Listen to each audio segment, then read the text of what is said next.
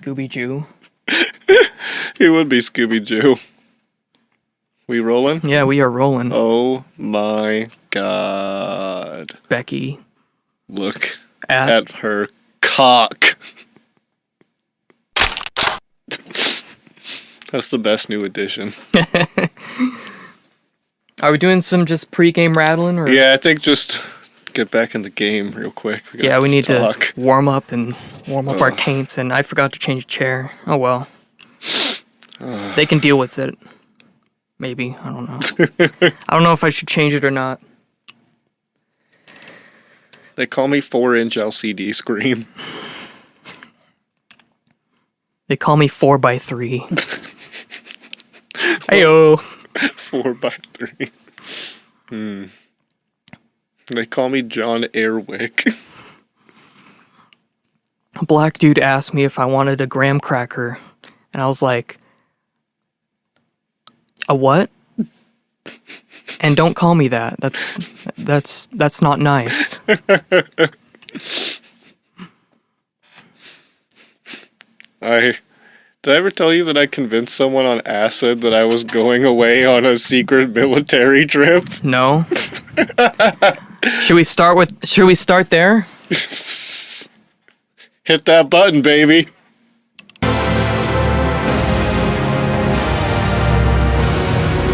Cool boys. That's the best new thing. That's the best new thing. Oh my god. I love it. I love it. It's a good one. Oh, and it just goes right into it. Yeah, and we're going. This is That's that new shit. Y'all being like, oh man, where are they? What are they doing? This is what we're doing, bitch.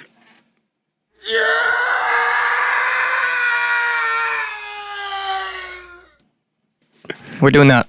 Motherfucker, we got a soundboard, baby. Well, we got an improv soundboard, I guess. Improv soundboard. It's all the same to me. It's there. It's there, and it's just gonna get put in. Also, Calvin's dead. It's a new year and New show. New things are happening. I'm not Calvin. I'm the second model Calvin. Calmer Calvin. I'd like you to meet Calvin too. The calm Calvin. I built him while I was in Japan. Also, I got a wife.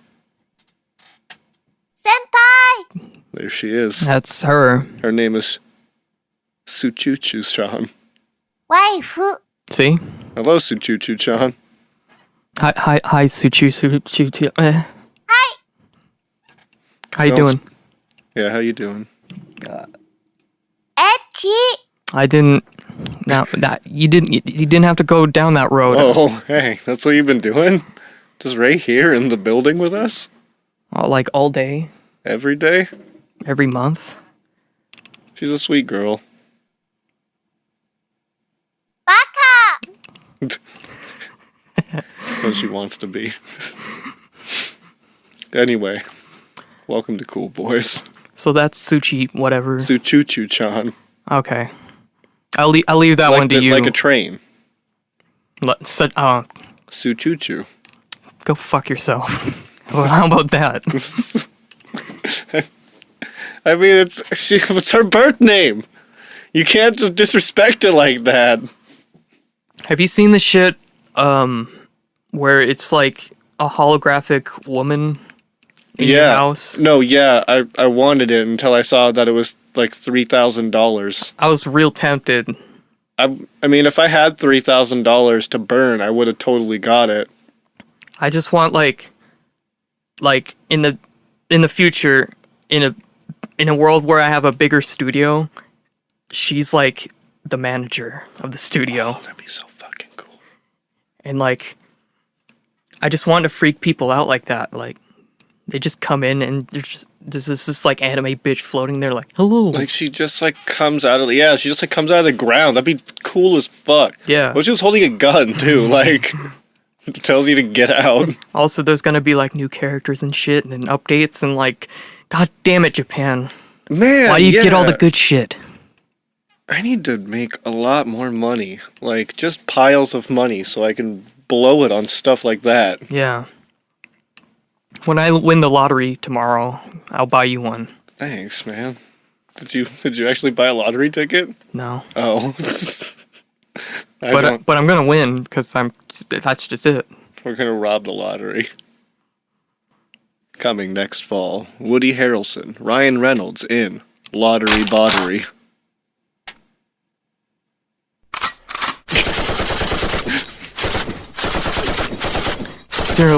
Still a few kinks to work out, I Yeah, think. we're still working on it. There's Maybe if I just like a click. yeah, just instead of like trying to touch it and stuff, you know. Yatta! Seems to work better. So Choo Choo agrees. Yeah. Actually, I think she said no. If I remember my Japanese correctly, I think yada is no. I can't remember at this moment. I thought it was like a Oh no, I'm thinking of confirmation type victory noise. I think of Yamairo.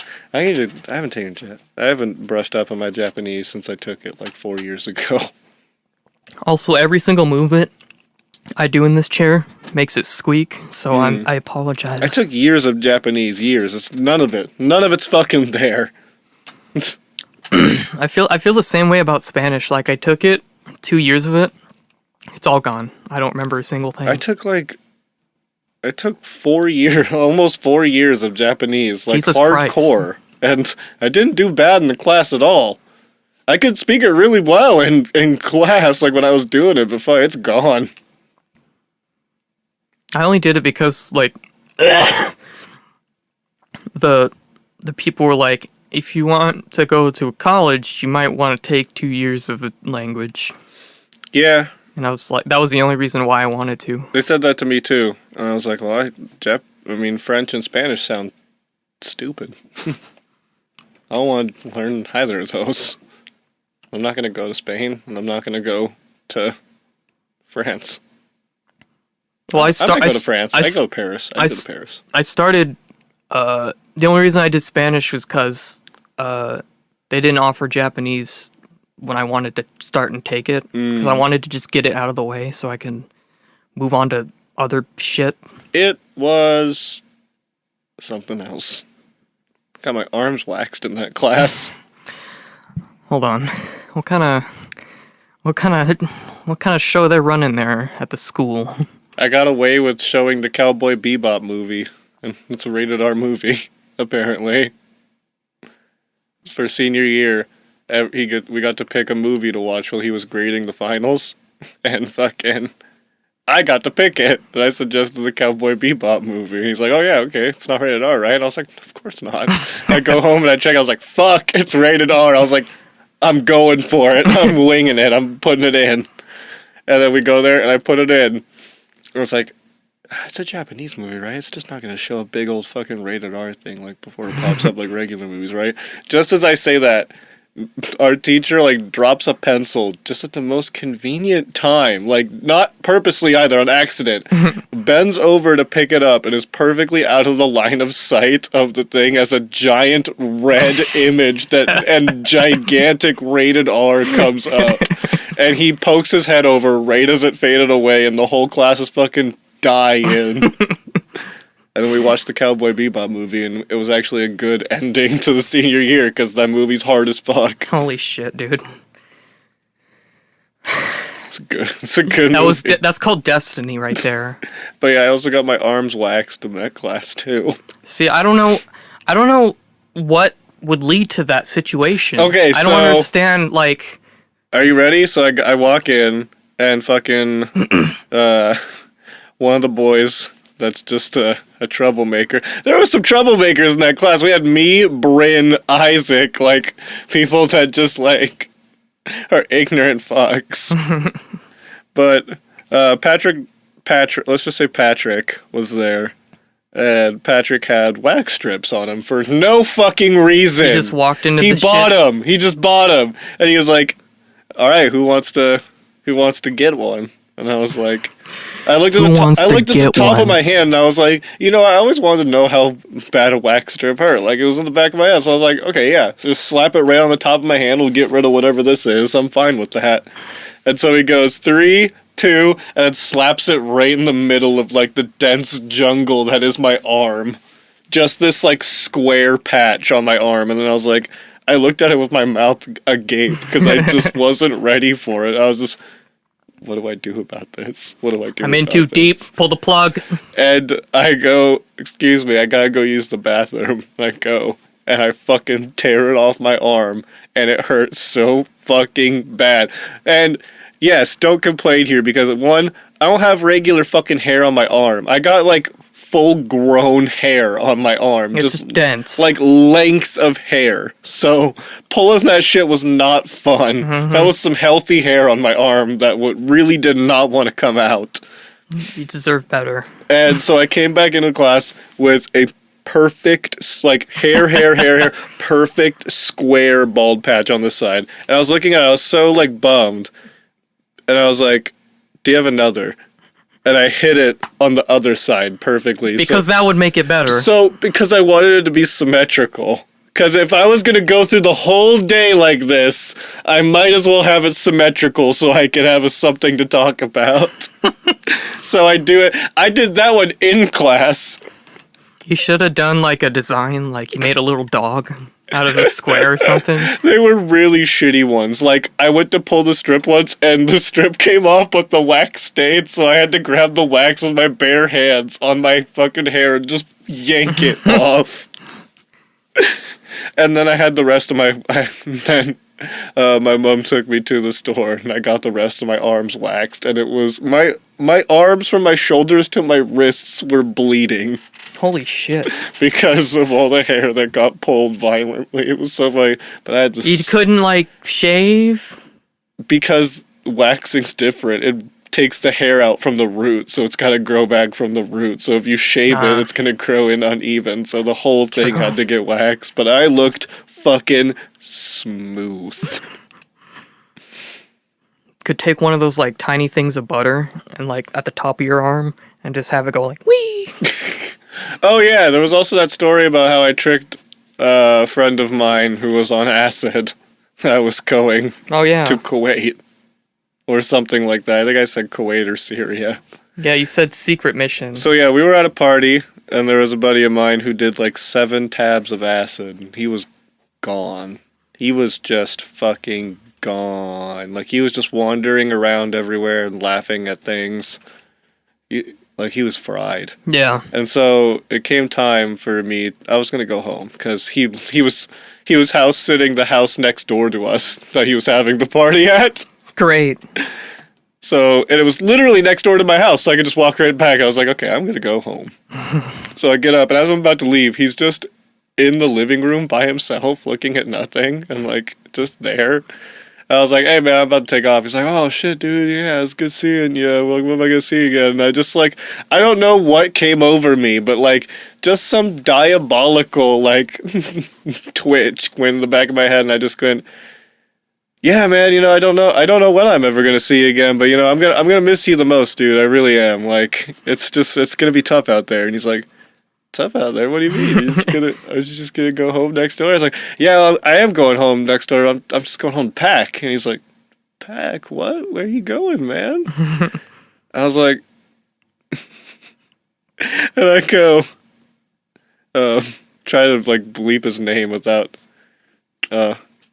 Babin. Would you believe me if I told you that, I was a special operative?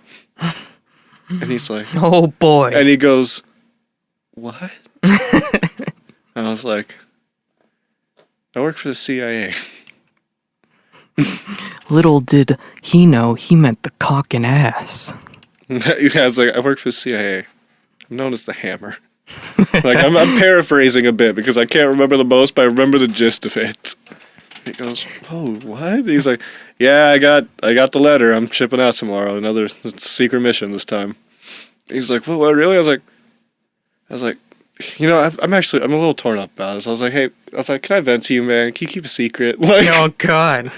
So, yeah, You're it's just like, digging yourself a hole. he's just like, yeah, sure, dude. Like, what's up? I was like, it just gets hard out there. You know, it's like, I'm going to go through surgery. He's like, what are you going to go through surgery? I was like, I'm going undercover, man. I was like, I'm going to Kuwait. I was like, I can't see this. That's exactly. I was like, they can't see this when I walk down. I was like, I'm going through surgery. They're changing my bone structure. They're changing how my nose looks. They're changing how my lips look.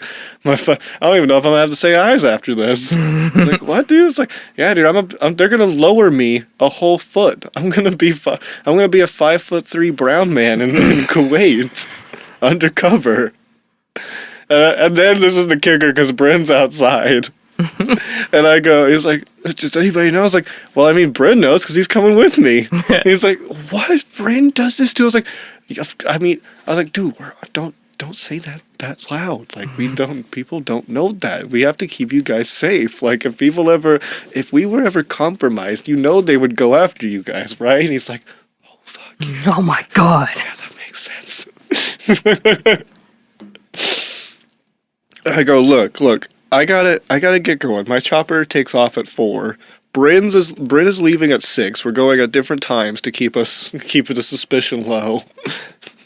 I was like, talk to him, ask him about it. Just go up to him and like pull him aside and just ask him about it. You know, he's dying to tell you, honestly. And then with that, I left. So do you know the aftermath? What happened? Apparently.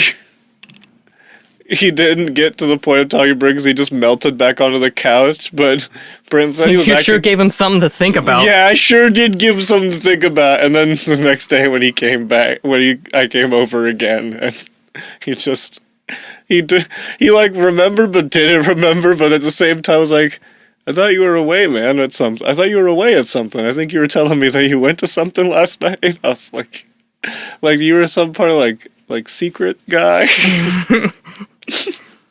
But man, his expressions, like his eyes just widened when I just oh shit. Just this 5'11" malformed like goblin like I'm in the secret. I'm a secret agent. Let me tell you about some shit. Let me tell you about amazing things that I've never done. That was a good one. I don't have any of like those stories. Because I don't. My first instinct is to not mess with people. If that makes sense. I know. Oh, well, except for like sometimes. I got a girl really mad at me at a party, like a drunk girl really mad at me, and I couldn't stop laughing when she got mad at me. All right, well, that's the worst. So basically, what happened was, Bert and I were sitting on the couch. We were just chilling. I was really high. And this drunk girl, I was not interested in whatsoever. She was attractive to someone else, but not to me. Sure. There were 2 other ladies that were way more responsible and way more attractive that I was interested in that night. But she saunters over and sits down and goes to Bryn. And I have to tell this story between Bryn's perspective and my perspective, because I guess Bryn was giving me a signal to not do what I was going to do, and I did exactly what I did. He knew you too well. He knew me too well. It's because of the Babool situation. You remember when I told you that Jared and I called that Indian technician, and I left him on the line for like 50 minutes of like just bullshit that I told him? Oh, yeah. And he asked me my name, and I fucked it all up because I couldn't think of a name. Like, I was froze. I managed to come up with 50 minutes of, like, bondage convention inventions and, like a 5-minute long password to my account, but couldn't come up with a name. So she goes to Bryn, she's like, hello, I'm whatever the fuck my name is, because I didn't remember it. What's your name? And Bryn goes, and this is what Bryn said. Bryn said, he didn't even look at her. He looked directly at me and said, hello, my name is Bryn. Nice to meet you. Tried to give me a signal, but I was fucking gone. And so she comes over to me, and she puts her hand in my hand, and I take it. And she says her name's whatever, and I go, what's your name? And she goes, what's your name? And I go, my name? And Bryn said the second I said that, he leaned back in the chair like, fuck, he's gonna do it again. Here we go. And then I go, they call me. And I start laughing just like that because I was going to try to say the menorah Dora because I couldn't. I'm looking around and I see a menorah and I see a Dora figure. I was like, menorah Dora. I was like, they call me the menorah Dora. I was like, all right. I go, they call me the. And I start laughing because I think it's funny and I couldn't get it out. You beat yourself to the And joke. she takes her hand out of my hand. She goes, "You're not going to tell me your fucking name?" And in that, I start laughing even more. She's just like looking at me like a mess. I'm laughing on the floor from it. She's like, "Fine, fuck you. I don't want to know your fucking name anyway." And then walks out the fucking door. And Bryn's like, "God damn it, Jake. I saw it. I saw it in your face. You froze up. You laughed at what you were going to say again." And I laughed for 5 minutes. I was on the ground. I still have it burned in my head, just a drunk waggle. "You're not gonna tell me your fucking name?" Like that typical white girl kind of shit. It was so funny. I don't even remember. I didn't even want her to know my name, so I was fine with that. Menorah Dora. The menorah Dora. Oh man. So, welcome back, everybody. To Yeah, Cool welcome, Boys. welcome the fuck back. We've been gone for a while. We've been gone for a minute. But it's the end of your special. Ah! Thanks for clipping real hard. Oh yeah, you could hear me. I'm sorry. Yeah. How'd that sound on your end? You know. It's not gonna sound good on that. Not at all. Not even remotely close. It's just a giant black bar. Should have leaned back. I didn't think it was going to come out that loud. It's these noise-canceling headphones. I don't know how loud I am. Actual loudness? Very. So, this is gaming podcasts, I think. This is Last time I checked, I don't know. It's been a fucking year. after a whole... Yeah, it's been a while. It's the end of your special, even though it's the beginning of the year special, but don't tell anyone. Don't tell anyone. So, we were busy, okay? life just happens to people. You know what I'm talking about. Like, when you go to the store and you buy just one chip. There's just one. And you take the chip to the counter and the dude scans the single chip because there's like a barcode made of cheese on it. That's sick. Come on. Why don't we get into the single chip business? And then, so he scans it, right? And then it just says sold out. Fuck! That's terrible. Even though it's right there. No, it's right there. But he can't sell it to you because it's sold out. He's like, You could easily take the chip and just fucking eat it because it's one chip. But you have a moral dilemma of like, what if he calls the police? And what if he shoots me? Or if they take me to court and sue me for What if eating he tells this chip? my mom? Yeah, just all kinds of shit. So you just leave. That's what this year's been like. Yeah, we've been busy. I work retail, and so I had to go through holiday. So now that's kind of winding down. So I'm back. Yeah, I'm ready with a sack.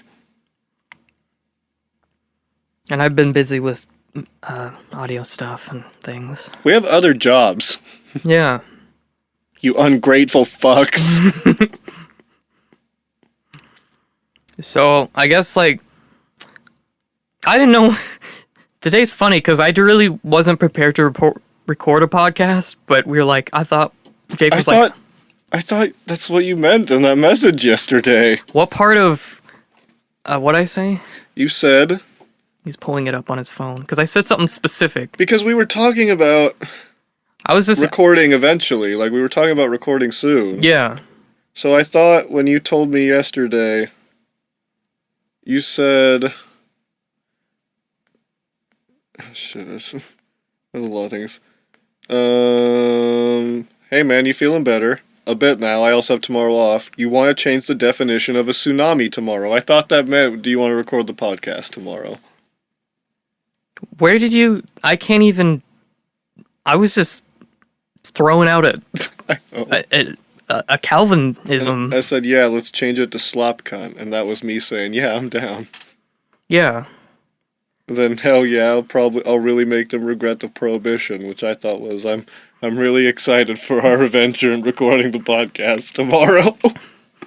See, I express excitement by saying ominous yet absurd and disorientating sentences like and I that. read that out loud to Ryan, and Ryan was like, "What do you mean by that?" I was like, "It probably means this," and I was like, and I said, Calvin asked if I was feeling well enough to record the podcast tomorrow, and I said, "Yeah, man." He replied with his excitement towards it, and then you said, "Fuck, it's like sucking the taint of arrogance." So I thought you reread that and saw that I said the podcast at that point. Oh, really? Hold on, I have to check my messages, because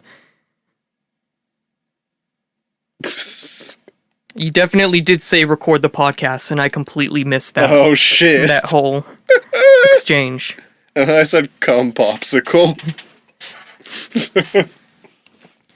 So here we are. Podcast where we play games and you can't watch them. Haha. Poor boys. We're on a budget this year, man. Last year was tough. Last year was tough. So, I just figured, like, we just go back a year. Let's look back. Reminisce. Yeah, let's reminisce. Let's look back at 2016. Play it away, Suchuchu. Why? She's not saying why, she's saying that's what summed up as 2016 for her. And she's dead now. Guess that won't be happening again. By the way, who has a gun in this room? Because I don't. I think it's my other wife, Momiko. Momiko? Yeah, Does she talk? I don't know. Hey, Momiko. You talk?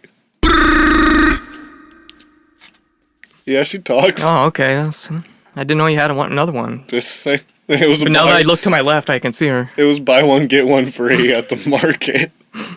The wife market? The wife market, yeah. You always gotta have one in handy in case one of them One of them just breaks. dies. Or gets shot by your Or other gets wife. shot by the other wife, yeah. Out of complete rage. So, she's so angry all the time, I just don't know. Not at me, though. Just at the world. She had a tough life. Well, Miko, you love me, right? Don't look at me like that. She's looking at you like that. I know. I know she's looking at me like that. It's really making the air a little uncomfortable. It's hard to swallow air. Because it's thick. Momiko, what are you doing? Momiko, no! Momiko, don't jump! Momiko! Momiko!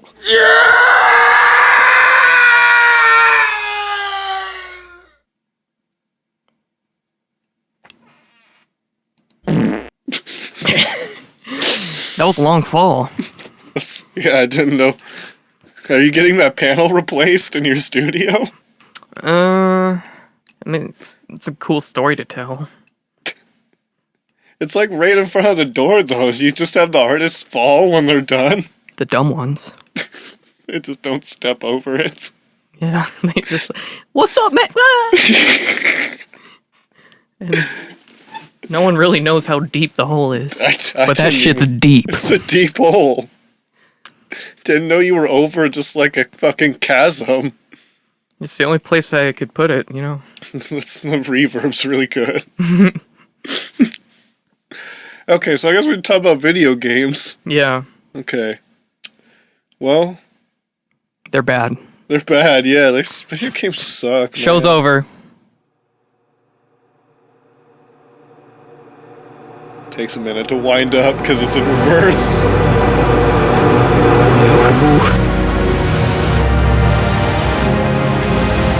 Cool boys.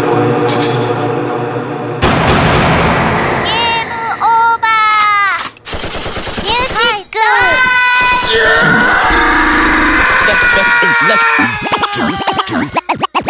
Let's go. All right, video games. They're bad. They're bad. Show's over. Show's over again, baby.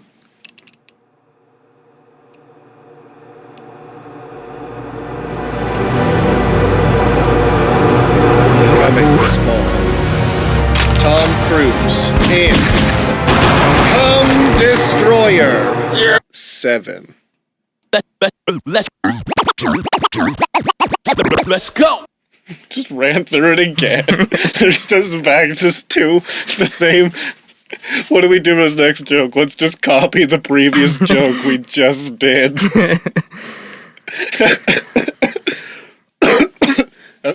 That's the quality you can expect on this show. Which is absolutely zero. Bingo. Haha, bitch. I mean, I could talk about Ark if we want to talk about like current games. If we don't, do we want to reminisce about 2016 games? Okay. Yeah. Let's talk about 2016 for a hot second. Yeah. Let's talk about it. What was your favorite game of 2016, Calvin? I'd honestly have to be Overwatch. Like, I just spent so many hours. So much money on it. No. Well, I did. Because of those goddamn seasonal loot boxes. I just want the good one. Yeah, I think my one thing with Overwatch is I wish that the legendary skin, I wish it was a legendary key. Yeah. And you could use it to just redeem the legendary skin you want. Like, that wouldn't be too hard, right? It could be the same drop chance. I never fucking get them anyway. Spent $20 on just blues. You know how livid I was? I started playing Warframe again, too, for a bit. God damn it. Well, no, they got me on Garrett and Ryan before we got Ark. They wanted me to get it on PC. I've spent so much time and so much fucking money on my PS4 account that I really didn't want to. And I did. There's no crossplay? No. Well, they're trying to add some sort of crossplay thing, I think, but no crossplay right now. You can't move your account over, that's for fucking sure. Well. But I spent just as much time and just as much money now on both accounts. Ah, shit. I have a skin, not a skin, I have a character that in the in-game currency costs like $60. Lil Boozy? Yeah, he's pretty much. He's on both of, I have him on both of my accounts now. I farmed a frame and I sold it for like $50. Oh, well. I actually got. Damn. There was a thing that happened that like had these really rare shit, and I farmed 3 of them, 3 whole sets of them. It's really weird when like video games cross over with like real world money trading. It's crazy, Like, yeah, because like the silver can be has a $1 of value on it because you can buy silver with money, or you can just trade silver. Like you could never pay a cent in that game and get money. Like But you can't convert it back to money, so it's like I heard of this this one game where it's like it's not Second Life, just to get that out of the way. get ready for Third Life, baby, VR. But it's like it's like a space game, and like there's like real locations that sold for hundreds of thousands of dollars that you can get a return on over time by like renting the space or like using it to sell goods or something. And it's just really crazy. Is it Eve? No. Okay. Eve also is one of those games where you can lose like Real money? like my ship is the equivalent of $10,000. Really? Like, oh dude, there was a war that happened a long time ago, well, a long-ish time ago, where like some guy lost like maybe like $40,000 worth of in-game stuff, like valued out in real life. That would stress me out. The video games are too real. Ark would kind of stress you out, Calvin, I think. Really? There's a reason I've been up since till 9 a.m. every fucking night playing this game. Damn. It's amazing. Just that's why I said I want to see the way that you guys play it, because I don't get it. Just from watching other people and We're an anime. Elaborate on that, because you say you have like a full So my arc. my arc experience can be described as a multi-arc anime, including an OVA. We already have an OVA. Do you have an opening theme? Not yet. I kind of want it to be a JoJo opening. I'd like it to be honestly, I'd like it to be the opening for part 4 right now, because it's a good opening. Yeah. Or Battle Tendency. Battle Tendency would be a good opening. Battletoads? Yeah. But, so, you know what? I'm going to break this down. Like, throughout the podcast, I'm going to tell an arc. Okay. So that way it's not like one, like, hour-long venture of me telling this fucking epic. And we can try to think of other things while I'm telling it, too. So, At least I can. this is the story Of a man. of men. I come It from was- a place of many men. It was 3 men who have now grown into 6 boys. Wait. This is the story of the Cool Boys. Arc 1 is the rise and the fall of the Cool Boys. So, it begins Go on. It begins with me, Garrett. Garrett got a PS4, so we got Arc. Me, Garrett, and Cam all just awake on an island. That's a 70-person server with other people on it. And it takes us like fucking 5 hours to find a place to settle down. Because we're just dying left and right and left and right and left and right. And finally, we set up on this riverbed. Across about a mile away from these other guys called, we call them Trump because Donald Trump was their leader. But they changed their name so many times we couldn't keep track, so we just called them Trump. But Did you kill him? you'll know what happens. There's a whole thing. That's in another arc. We go through a process of building up, like small beginnings. Like we start out small, we got like some shitty resource buildings, and then over the course of like 5 days, I would say, it's us just gathering resources, gathering dinos, gathering resources, gathering things, gathering this, gathering that, building this, building that. We built this giant, like, structure. It was aesthetically pleasing, I'll tell you that right now. It was an aesthetically pleasing stone house with a, like, 10-high fucking wall around the whole thing. Yeah. And it was a big wall. We had our own little river section. We had a boat. I built a boat. You can build on the boat. It was a cool looking boat. It's called the SS Molest. Because it gracefully molests the top of the water. I'm just gonna let that one go. I'm not gonna timestamp it or anything. We named all of our dinos were named crazy things. Like we got a brontosaurus named Omega Tiger Woods. There was a curse in our tribe for a while because the triceratopses, every time we trained one, it would die, like just a little bit later. But we'd pass the saddle on to the next triceratops, so it was like a cursed saddle. We had a frog. It was a good boy. We had an albino frog. And if you licked someone with them, they would pass out. We were also pretty ruthless. We would, anyone that got near our gates, we'd fuck up. Like, we had this cage that was put, like, halfway between the water and halfway out of the water, and I would knock people out, and we'd put them in them. And if you didn't swim up, you would drown, but you'd run out of energy eventually, and you'd drown eventually, so it didn't matter. It didn't matter. Fuck. There were also these people on the server that showed themselves as the main antagonist. Their name is the Forsaken Few. And these Why does that guys, sound like a real thing? these guys are cunts. They live in the redwood forest and they completely block it off from everyone. Like they don't allow people to come in. They just kill them on sight. They go and they just open raid people and are really dickish to them. Like instead of just taking their things, like they fuck them up in ways to where they make them leave the whole server because their goal is to make people leave the server so their friends can join. That was their mission at first, and now they're just cunts. So Seems like the natural transition. We were planning to hit them pretty hard because, on the outside, we were a fun-loving tribe that was really friendly to everyone around us and our neighbors. But in reality, we were all master thieves. The three of us were master thieves.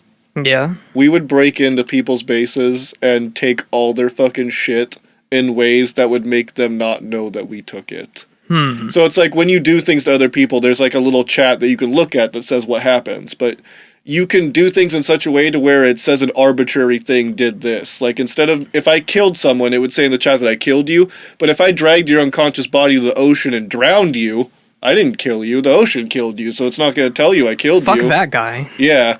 Or dumbass ocean, bitch. Or if we break your base inwards and take everything without alerting any dino, it doesn't say that anyone did it. You just walk into an empty base. So we were master thieves. We were really good at it. And we got by stealing a lot, honestly, and no one knew that we were them. So no one knew that we were these thieves. So we were an alliance. We were in an alliance too. And this is a little shitty, but we used the alliance to our advantage because a lot of the people in our alliance weren't on the server anymore. So we used that to break into people's bases in our alliance as well before the fall. But coming near the end of the first arc, about the big halfway point, or I guess the quarter point of our arc, is like we have this amazing base now. Yeah. It's aesthetically pleasing. That is the thing I'm saying. Aesthetically pleasing. It looked pretty. Mm-hmm. That didn't mean it was well defended in any way. That was my next thought. Yeah. But we hit these guys that we were looking at for 2 days. We were looking at these guys. They were called the Archangels, and they were a big name on the server. Like they had this area that they'd taken shop at that was like prime time. They didn't talk much, and they just had like a big ass fucking base and shit like that. So we decided to try to break in, and so it's like 4 a.m. when we do it to make sure they're asleep. Like 4 in the actual morning? Yes. Or 4 in the... 4 in the actual morning. Not in the game? No. Okay. We did go at night, though. But we sneaked through. They had so many dinosaurs in their base that the actual door you couldn't see. It was like in a cave, pretty much. But... So what we did was we blew the door to their their dino gate that they ferry their dinosaurs in and out, and then we aggroed all their dinosaurs by just hitting them, but not killing them, and then we led them all out into the wild, and then let the wild dinosaurs kill all their dinosaurs. Jeez. We would also use birds to pick up their wolves and stuff, because they had wolf packs in their fucking dino herds. We would pick up the wolves and drop them in the ocean. What do you gain by this? We took all their stuff. It sounds like you just killed a lot of their friends. Well, is it at that point you... It's a PvP server. You can choose PvE, where you can't hurt each other or steal from each other. Yeah. And you just kind of like all work together and be a happy community. Or there's PvP, where the big dogs play. Ah. Where it's more of like a gigantic grand strategy game, where it's like... It's like Survivor, It's like but Game murder. of Thrones. It's like Game of Thrones. Okay. Everybody's friendly to each other in tribe chat, but everyone wants to kill each other and take everything from each other. It's tribes against tribes, and right now we're trying to become the alpha tribe. We want to be top dog. That was our goal from the beginning, is to be top dog. So... we knew if we hit these guys, we could take them down a peg, and we could get to the point of, like, trying to do something, like trying to make a move and be a bigger tribe. Yeah. So we go for it. Mm-hmm. We lead all, and yeah, dude, it's hours of work. Like, it's hours of work lost, but, like, it's PvP. You choose to do it. Like, it's why you choose PvP. Yeah. You don't have guns in the game for a reason, and, like, defensive turrets and stuff like that, and, like, defensive walls. What are, like, weapons? There's like, it can go from primitive weapons to like axes and swords to like primitive flintlock rifles to fucking full on machine fabricated assault rifle. Okay. Or a rocket launcher. They're about to add an update called the Tech Tier update that's going to add crazy shit. Like the ability to vacuum seal your base underwater and have an underwater base. Okay, that sounds pretty cool. Shield generators. Cloaking devices, dino-mounted guns, like laser guns, power armor, mobile fortresses. It's gonna laser guns and lightsabers. Can you combine these features to have let's say you wanted a base underwater, but you also wanted it to be mobile, so you would. Well, there's already kind of like mobile underwater bases because there's certain dinosaurs that are so big you can build a platform saddle and build a base on the dinosaur and have a dinosaur base. Shit. But, it's your breath that's the problem. So, having a vacuum seal base means you can breathe underwater in your base. Okay. But the cloaking device is what I'm ready for. I want to be Predator. That just sounds like it's gonna... See, war is about to get intense. See, that's why it feels like a strategy game. It feels like StarCraft being played at, 1,000 times slower. Yeah. It's like we're making moves, but we had to bring these guys down a peg because they could have made huge moves. So we finally get all the dinos out, and we're at their door to their cave. Yeah. And Garrett's like, "No, I don't know if they're gonna have any other thing by us, but I only have just enough explosives to open just this door." And we go, "Do we take the chance?" And we go, "Yep, do it." We blow the door. And this is what we see. The cave network stretches all the way down. And there were 20 doors and 20 doorways going all the way down. Here's the catch. So there's a maze-like thing going on here? But here's the catch. They didn't close the doors. So we would have never been able to get down to their base. But they just closed their front door. They just closed that Their shit? entire snake-like tunnel of mazes and impenetrable doors and shit like that, they left all the doors open! They left all the doors open. We just walked in. We just opened the front door and just walked in. It was like fate told us to steal from them. And we get down there. One, we learn it's really dumb to build in a cave because you take 7 times the damage of your structures. We didn't know that. But we walk in to the gold mine. And we're talking gold mine. We're talking they outfitted this whole cave and there's the largest storage chests you can have just lined along the walls, and they didn't pin code any of them. They were just that cocky that no one would have gotten their base. So we're not even having to break the shit. We're just opening them and taking everything. Everything. They didn't have just one set of the late gate armor. They had 30 sets. They had 2 boxes that had just all of it just in there. They had 5 boxes of hundreds upon hundreds upon hundreds of weapons, armor, ammo, resources, metal. They had so much. I'm talking weight. I'm talking 15 people working day in, day out for 4 weeks type of weight. And we took all of it. And anything we did so many trips back and forth from the base that it took 4 hours to empty out their whole base. Holy shit. And categorize what we took. And anything that we didn't take, you think we left? No. We fucking dropped it on the ground and let it decompose. Oh, no. Because this is what we said. When we looked at everything that we were about to take, we looked at each other, we go, we said, okay, 1, they can never find out it was us, ever. Or we're fucked. 2, if we take even anything, we have to make sure they have nothing, so it takes them even that longer to retaliate if they do find out it's us. So we were covering our own bags. We had to make sure they couldn't just mount up overnight and fucking get us. We had to put them down a peg.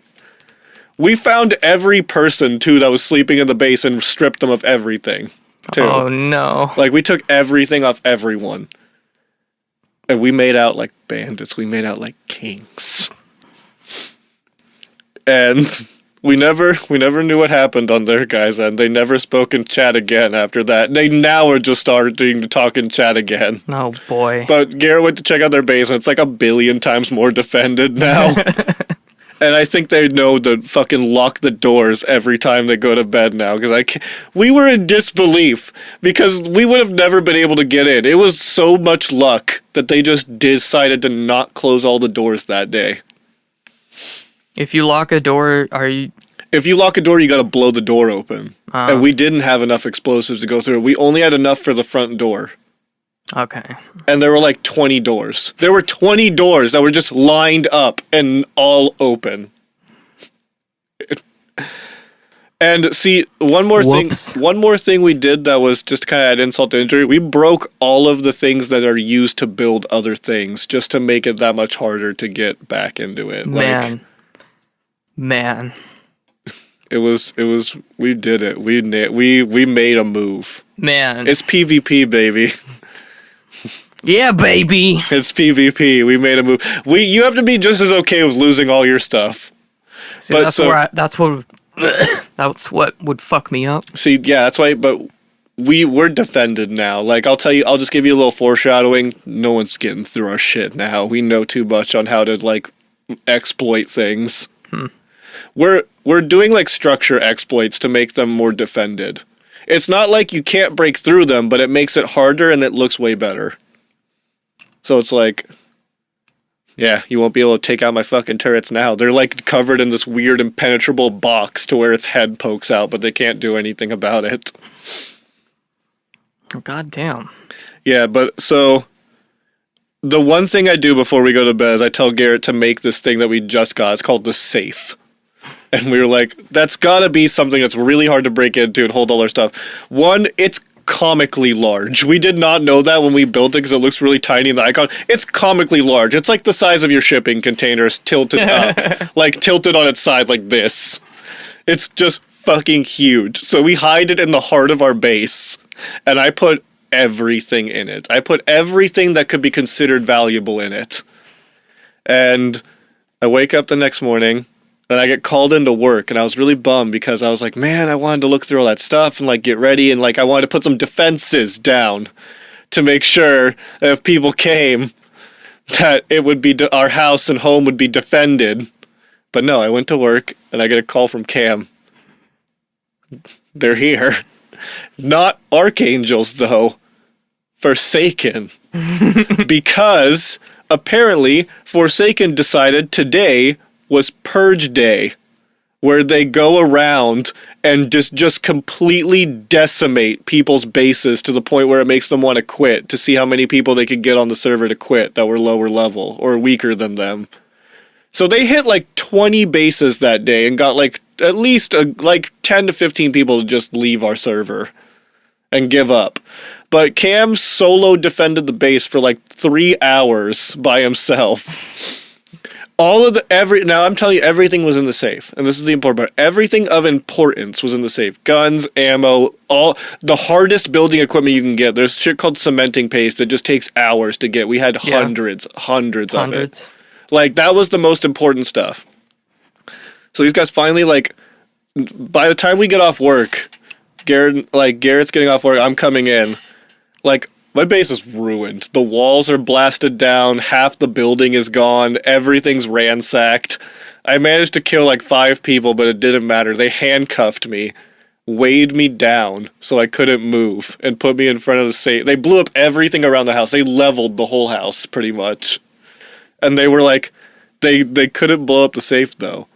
And they were like, what's the pin code to the safe? And we were just trolling them because I was like, Garrett's like, do we have anything? I was like, they haven't blown up the safe, so I mean, we technically haven't. I mean, we lost all of our whole house, but we haven't lost anything. And so they were going to blow the foundation under the safe because they were thinking, oh, it's put on a foundation. So if they like trick the game and are thinking they blow up the structure, it'll blow up what's on it.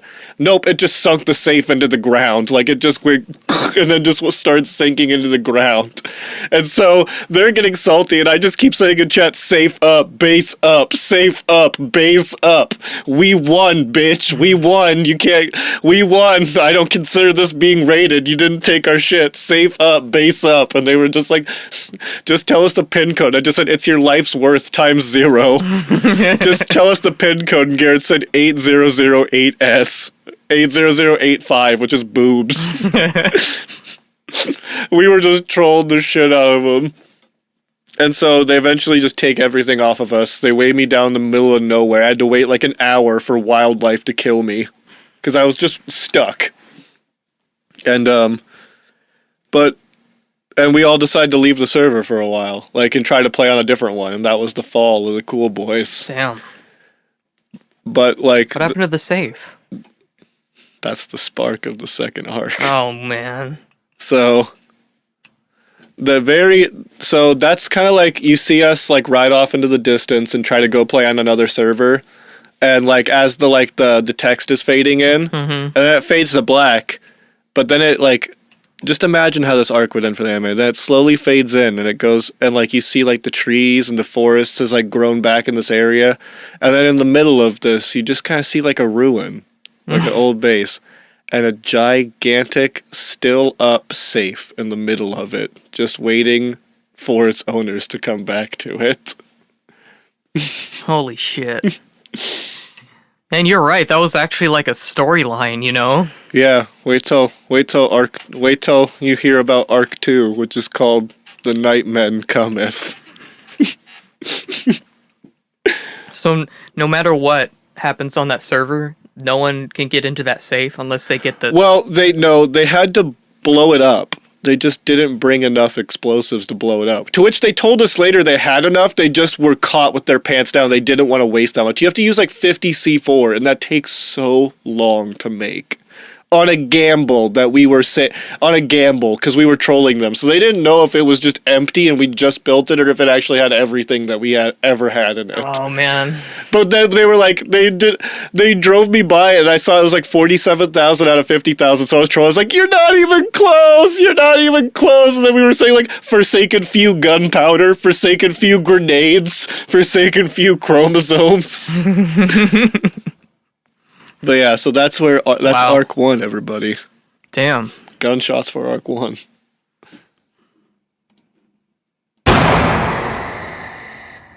Yeah.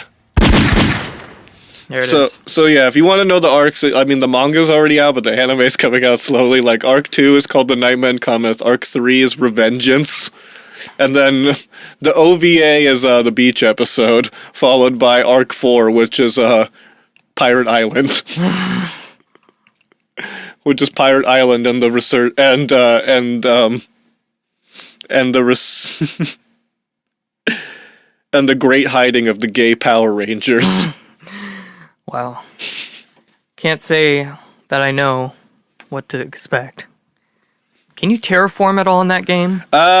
Kind of. Not really like the structure. Like, there's structures that you break that are kind of like in the ground, but like the base ground can't be like broken. But like, it doesn't matter. There's some crazy shit you can build, and like you can do things like called sinking foundation, where you can sink like a buildable material into the non-buildable ground and then create a buildable ground like to where it's seamless. You can do some crazy stuff. But yeah, Cam almost saved the base because he pulled the rocket launcher out of the safe without them knowing, and then right when they blew the door and saw the safe, they were all stunned, and Cam jumped off the roof and turned around and fired all the rockets at them. Jesus. So yeah, that was the rise and fall of the Cool Boys That's crazy. in Arc 1. But they didn't kill, but we weren't dead. Do do do do do do do do do do do do do do. Why? Oh shit, she's still falling? Yeah. Or wait, no, that was Chusu Chuchu. I guess she's still with us in the afterlife. Oh yeah. Rest her soul. I know, I mean, we need to get her body out of here. I guess I should just push her down the hole Momiko fell in. Yeah. No, just let her live. She's starting to stink. She was the good one. She's dead. Uh-huh. Remember, Momiko shot her. You know? Do you know the difference between a living girl and a dead girl? Nope. Alright, well, let me just scoot this into the fucking pit over here. And let's get going. What have you been playing, Calvin, for the video bames? You've been playing that Final Fantasy 15. Oh, man. I want to go and beat it, but, like, everyone tells me I'm going to be really upset. Not upset, like, at the game, but, like, sad. Yeah. It was really... Like, that game kind of fucked me up for multiple reasons. Basically, like... Now I'm not excited for video games anymore because of the way that shit turned out. That game's like the character interaction between your party is the most advanced thing I've ever seen in a fucking game. Yeah. And the most lifelike interactions I've ever seen. There's a lot to love of the game, and for what it's worth, I really do like the game a lot. I like it too. I like it a lot. I want to beat it. I put 80 hours into it. I max leveled. I beat the turtle. Damn. The turtle mountain. I already beat like the Ultima weapon thing. Did you fight the PlayStation CEO? No. Oh. Yeah, they added that free holiday update, and apparently there's a secret boss that's the PlayStation CEO, and he uses a really big katana. Good. And he he looks just like him, and he does he voiced him too. Like, it's really weird. Fuck. But my expectations for that game were just so stupid high that like nothing that game could have done, unless it was just absolutely dick to the bick fucking amazing. Mm-hmm. I mean, it still is amazing, but like I beat it and I was just like, I don't feel anything anymore. Like, shit, dude. Yeah, I heard now Ryan kind of spoiled the ending to me, because I kind of pieced it together in my mind because of watching the movie. Yeah. And like seeing how things are going, just like how it's gonna be. Mm-hmm. But like, and I'm not gonna keep any spoilers on this. Spoiler warning. But fucking, they really don't give you anyone to hold on to at the end of the game. Like, it's the more of the sense of like the greater good is saved, but I'm not a big greater good guy because haven't been invested in the greater good of the character. I don't care about the people of this world that you keep referencing that I don't fucking see because it's in the movie and the anime. Well, I watched the movie. I didn't watch the anime though. The anime is like it's like character development that I wanted. From like I need to watch the anime. The four boys. I need to watch the anime. But fucking like why not just put it in the game? Yeah, and apparently there's gonna be an update coming out that's gonna add more cutscenes to the game. So it's like, but it's like, what if you've 100%ed the game already? So I mean, you're just not gonna have it. Do you have to do it again? It's like what if those are like really integral fucking cutscenes? But it's like they don't. I've never been a fan of like I get it as story-wise, yes, it's the greater good, but like, you gave me no one to be happy for. There's one person, but in that sense, that one person is so fucked up from all that they had to go through, they just might as well be dead too. Okay, spoiler, this might have to get cut or like beeped in between things. So. Spoiler warning. Baka! So fucking, I know everyone dies. So this ain't even a Persona 3 main character dies. This is main character, side character, backside character. That fucking dude you didn't know about, but remember now, he's dead too, fucko. Holy shit, they killed everyone. I don't know. The problem I have with the ending is I don't know if everybody died. You know who didn't die? You want to know who didn't die?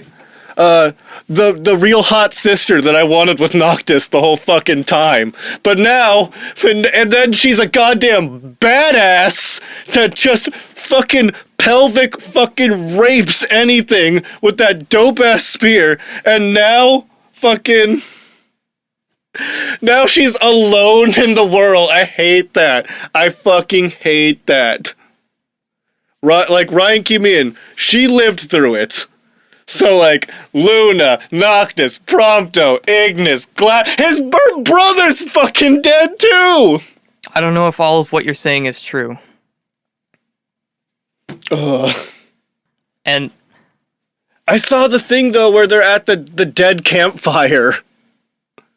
At the end of the credits or whatever, when it's like, when fucking it's Prompto, Ignis, and Gladio, and they're all chilling by the campfire in like complete darkness around it, and then fucking Noctis walks up and sits down with them, and they're like, "It's a real shame to see you here," or like something like that. Or like they were bummed to see him there, and it's more of a reference that they're like in the afterworld or whatever. No, that's not.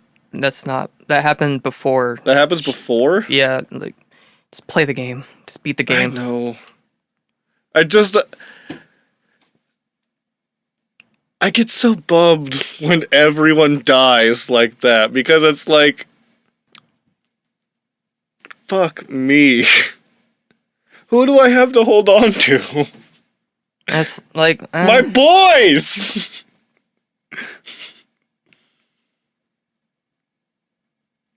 Who do I have? Hi. I have her.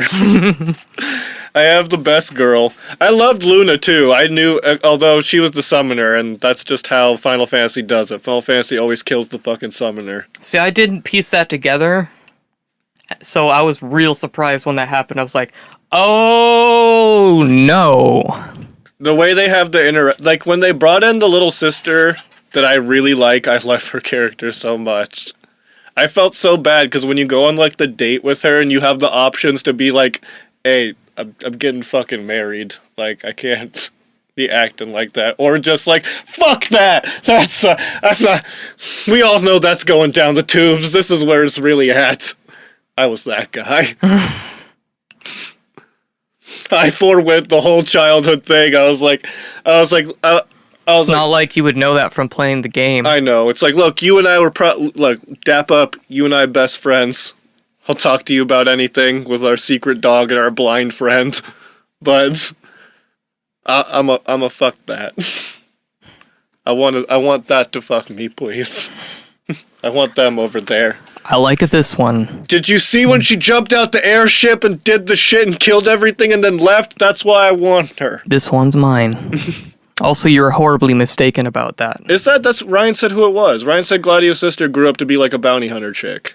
It's true, but it's not who you think it is. It's not his sister? The person you're thinking of is not the sister. That's who Ryan said it was. He's wrong. I thought he'd be wrong. He is. Is she dead too? I don't know. Damn it, see, there's still the possibility that she's alive. So they do this dump because there's a time gap. I heard about the time skip. They do a fucking for whatever reason.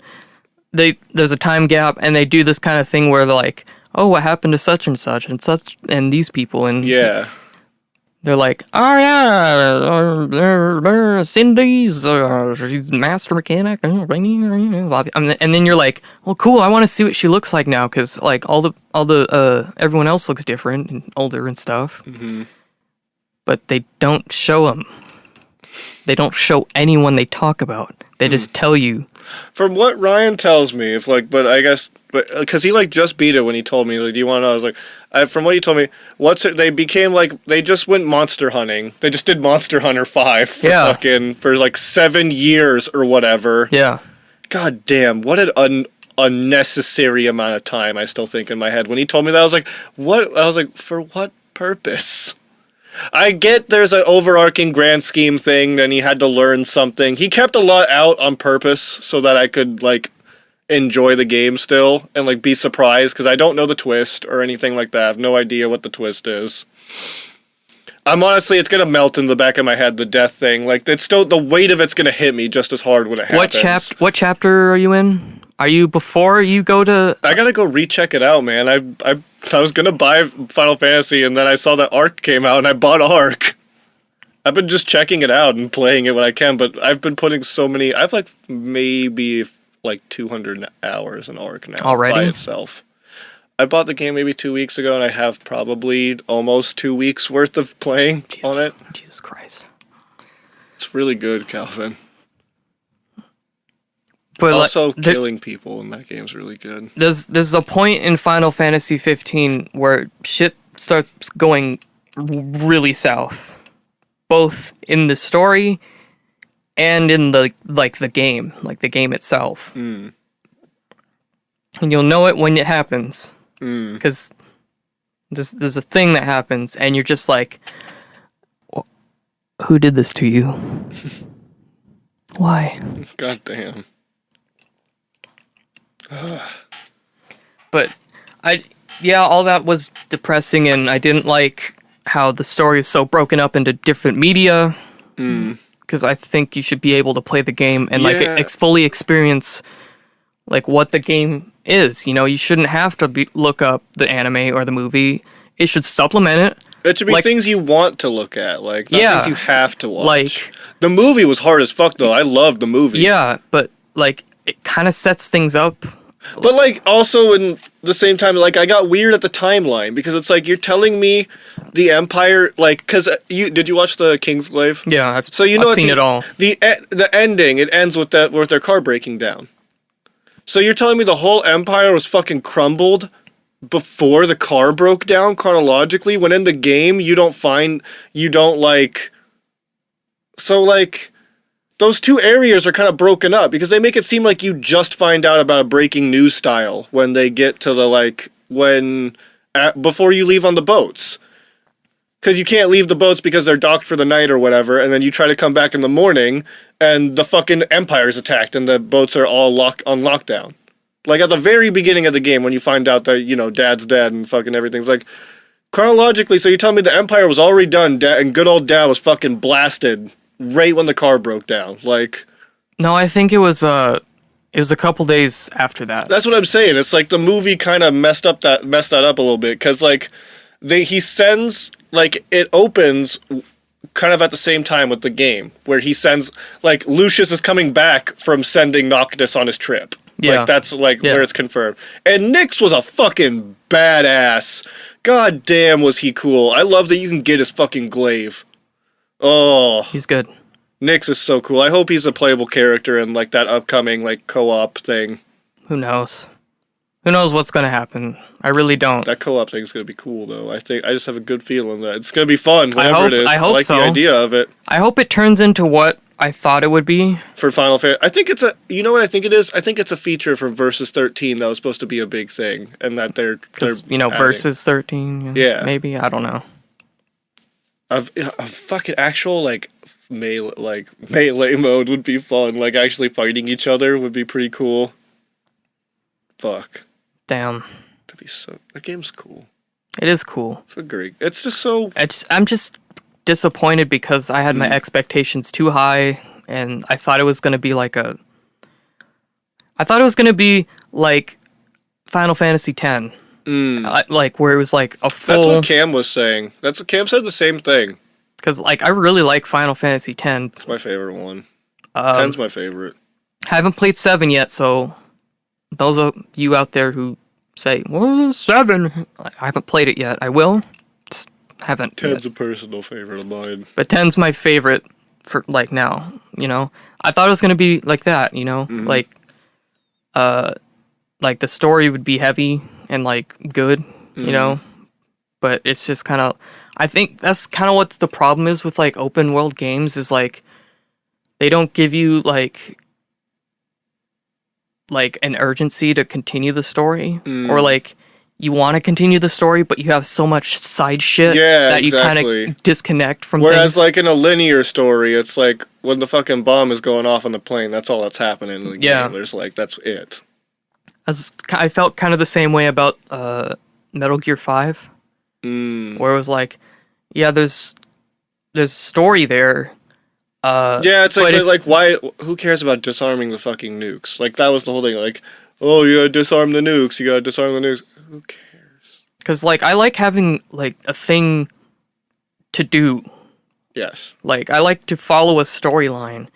Whereas, like, if I played a game like Minecraft, where it's like... You create your own storyline. Yeah, and... That's why I like Ark, because it's like, there's no story. It's like, you fucking wake up on an island, and your goal is to build a base and be a dick to each other. Yeah. Like, and there's times for that, and times not for that. And I don't think...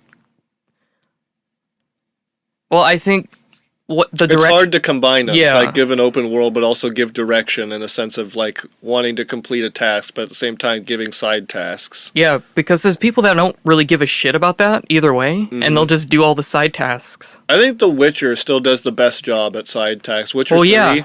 like, Yeah. they're the only ones I think that has actually, like, nailed that. Because each side quest has just as much, like, if you choose to do it, has just as much, like, weight and, like, Yeah, character and depth and interaction as a it's- main quest. Like, they're meaningful. exactly. And, There was like- not one quest that wasn't meaningful as a side quest. Whereas like Final Fantasy was like it was more of a thing where it's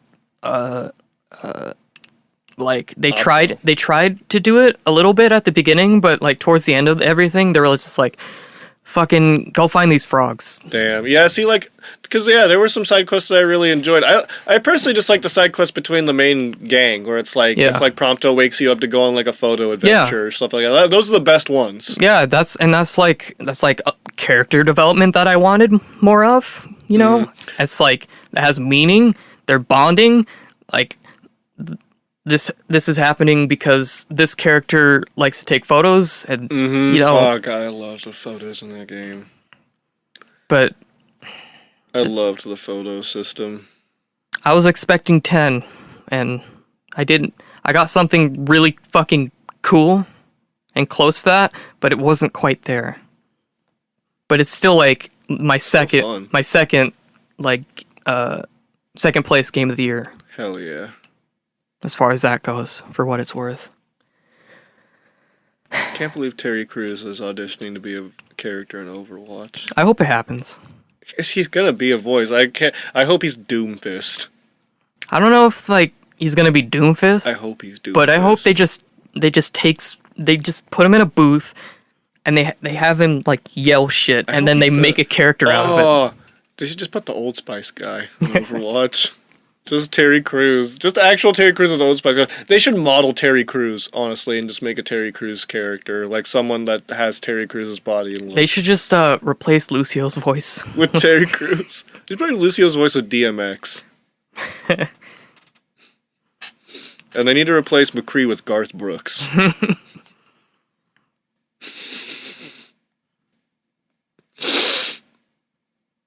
Overwatch is fun. Overwatch is a good game.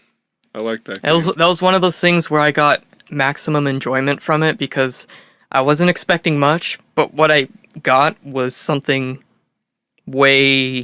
And you don't have many competitive shooters that you enjoy playing, I would say. No, not at all. And that one, you played more than I do. Like, I can't, like, even I couldn't, like, I had to take breaks every now and then from it because, one, my team fucking sucks every time in ranked, but... There was a time where I was playing it every night for like 4 months straight. For at least an hour, if not more. Usually more. And it was the first game I put 100 hours into. I've never put 100 hours into any previous game that I know of. So, that's worth something. 100 hours into Kingdom Hearts, and probably Sonic. Probably Sonic Adventure. I don't know. Maybe. Did you 100% it? No. 2? No. See, Sonic Adventure, the whole storyline is like, you can beat it in under 10 hours. I've played it like 5 or 6 times, but I don't think... See, we can buy... I mean, that's only like 60 hours. Yeah, so... Play it 4 more times. Get that up to the 100. And it's like, then you have me on the other spectrum. It's like, I either play a game for 30 minutes or 5,000 hours. Another game that I put a lot of time into, that I think I put over 100 hours into, was Skyrim Special Edition. Yeah, I was like, maybe Skyrim or Fallout got it up there for you. Yeah, Like, not the original, but the Special Edition with all the DLC good stuff. and mods and stuff to play with. I put a lot of time into oh, that. yeah, hang on, I want to talk about that. You know what I hate about 2016 gaming? Sony dropping the ball so many fucking times. It's a shame. Fuck you, Sony. It's such a shame. I had to dig deep. Fucking, I can't believe you guys tried to not have Arc on until it was fully released. Are you fucking kidding me? And then what do? You make it $55 on the goddamn PSN store because I gotta buy the DLC with it.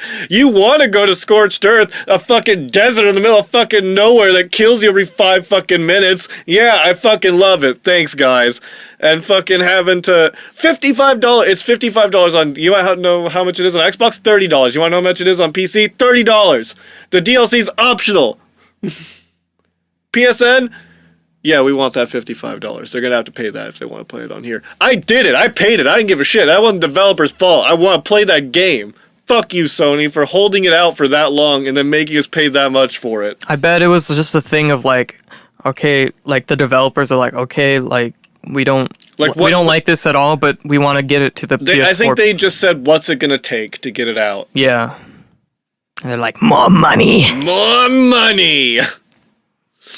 And fucking, and then dropping the goddamn ball on mod support. I'll never forgive you. Sony, for that. I cannot believe you did that.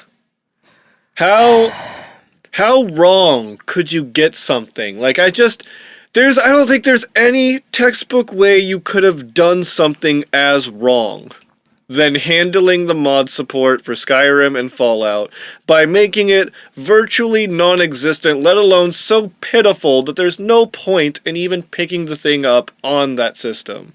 You know what I did when mods came out for PS4 on for Fallout 4? What'd you do? A year later, I went out and bought it for Xbox because I knew it was so much more lit on the Xbox.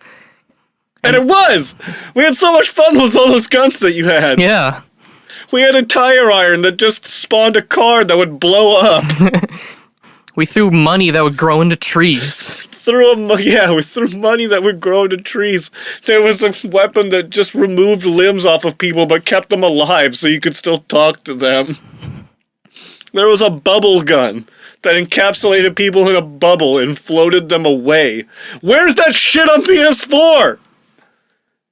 No, I get the cheat room. I get the cheat chest that has every regular item in the game. Oh, thanks. Meanwhile, on Xbox, you get the mod, every weapon, every mod, yeah. And then you put nukes in a fucking pistol and make that shit automatic. And you just spray the whole town with that shit. Yeah, or you get the fucking custom companions, or you get the new enemies, or you get the new areas, or you get the completely redone fucking game to be an Arctic survival game set 200 years after the bombs set 10 years after the bombs instead of 200. Fuck you, Sony. Fucking, I didn't want to, like, why would I want to play just Skyrim again? If you didn't do the DLC, maybe. And the updated visuals are nice. But there's just so much more ignorant... Fart shouting. Randy Savage dragons. A gun that goes... Nice. That's my favorite. Like... Makes me hurt at my head. Custom companions with... custom new dialogue. Fuck off with that shit. Can't believe that. I think that's my biggest letdown of 2016 was how Sony handled the mod support for Fallout and fucking Skyrim. My biggest disappointment was No Man's Sky. That's just kind of a given, though. I feel like I just gotta, like, it's just a given. Well, where Final Fantasy was, like, my expectations were high and it was almost met.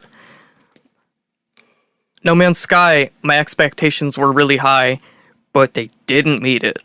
So it was just this wave of just fucking disappointment.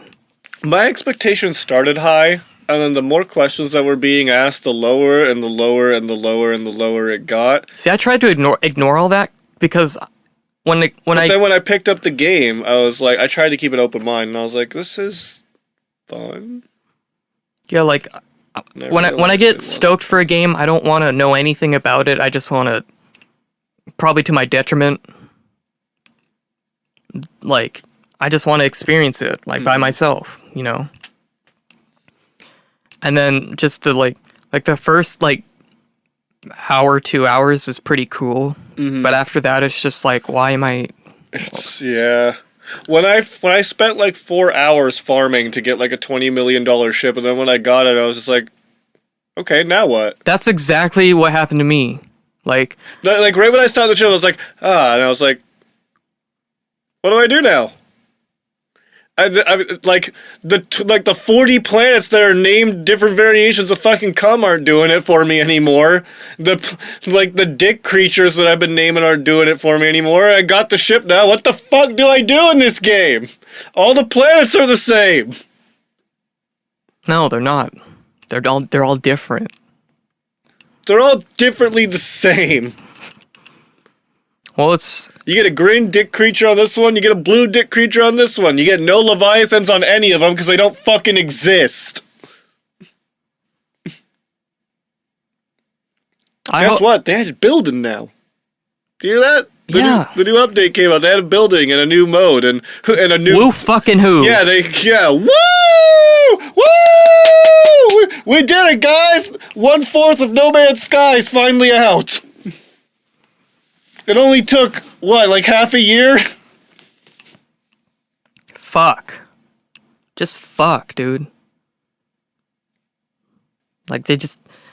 And what made never cut corners and should have just hired a PR guy. Yeah, that was what I was gonna say that next, is they did the worst thing as well, which was just nothing. They had the lead developer be the PR guy, and then when shit went south, there was no damage control. Y'all just went into your turtle shell and prayed. Y'all went into your turtle shell and started development on Joe Danger 3. Yeah. Because of the loss you're gonna take for this one. We need to get Joe Danger 3 out now. I'm gonna keep the game though, because I want to see what it turns into. Cam has to keep the game because he bought it digital. So I'll always see what it gets to. Cam's kind of enjoying it now because he likes the building, but I just say too little too fucking late, followed by no multiplayer! So I don't give a fuck! That's what I was excited for, so that ever gets added, call me back, but... Go explore nothing with my friends, like... Yeah. The novelty wore off real fast. Real quick. It's kind of like a cool, like, demo of a thing. It's like a cool tech demo. It's like Pilot Wings, but it's less of a game than that. Albeit, I will say, if the VR works properly for it, I'd like it in VR. Like it'd be, but then again, yeah, it'd just be a cool tech demo. It'd just be, I can see this is like, I now know a 2-scale size of how big this dick creature is. It's like the size of my knee. Like, that's all it would be to me. Yeah, you put the goggles on and you're just like, huh. And then you're done. Put the goggles on, then you take your dick out. Goggles on, dick out. The real game begins. Speaking of VR, like everything for VR came out this year. I want VR so bad. I just want some form of advanced VR. I was excited for it until I saw like Giant Bomb's coverage on all of it, where it was just like, I want to get a 5 still more than anything. Yeah, well, I don't know anymore because Oculus has the touch now. What does that do?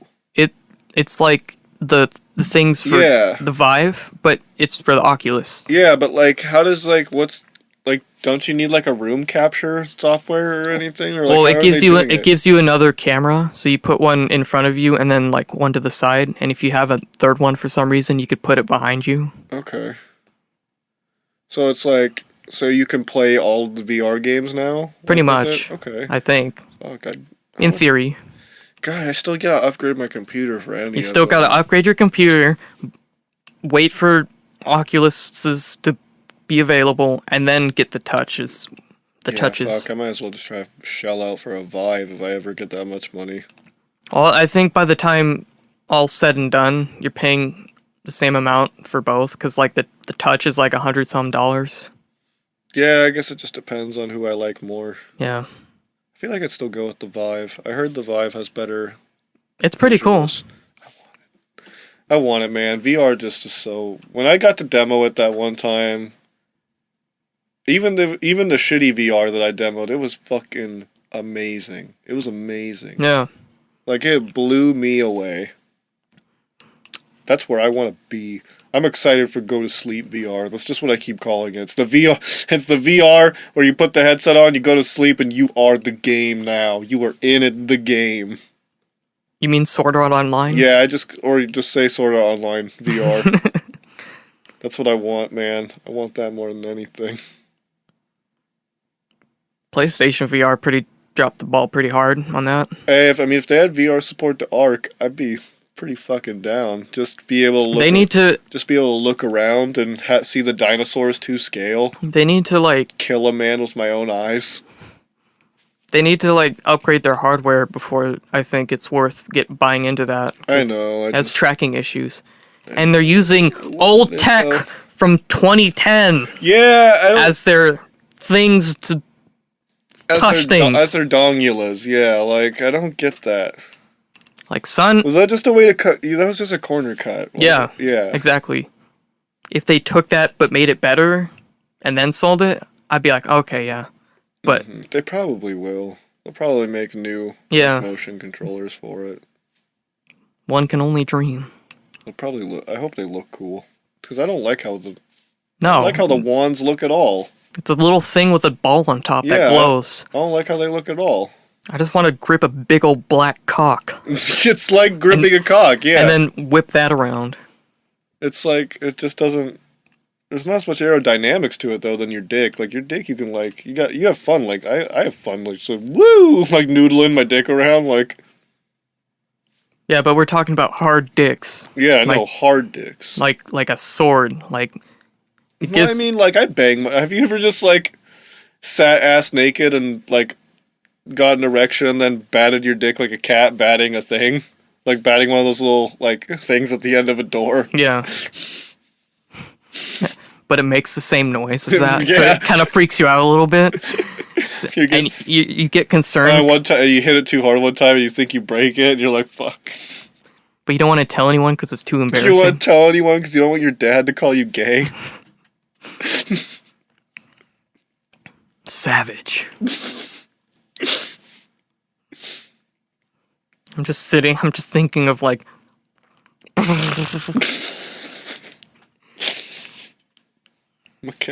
My cat's a little asshole. JJ? Yeah. He just wants to fight Marcy 24/7. Sounds like Noah. Oh, we got new pets. I don't know if we told you about the first pets we had. Like, I have a big black cat named Marceline the kitty cat queen, and now we have a tiny small cow. Not a real cow, but it's a cat with black and white blotches, so he looks like a cow. His name's JJ.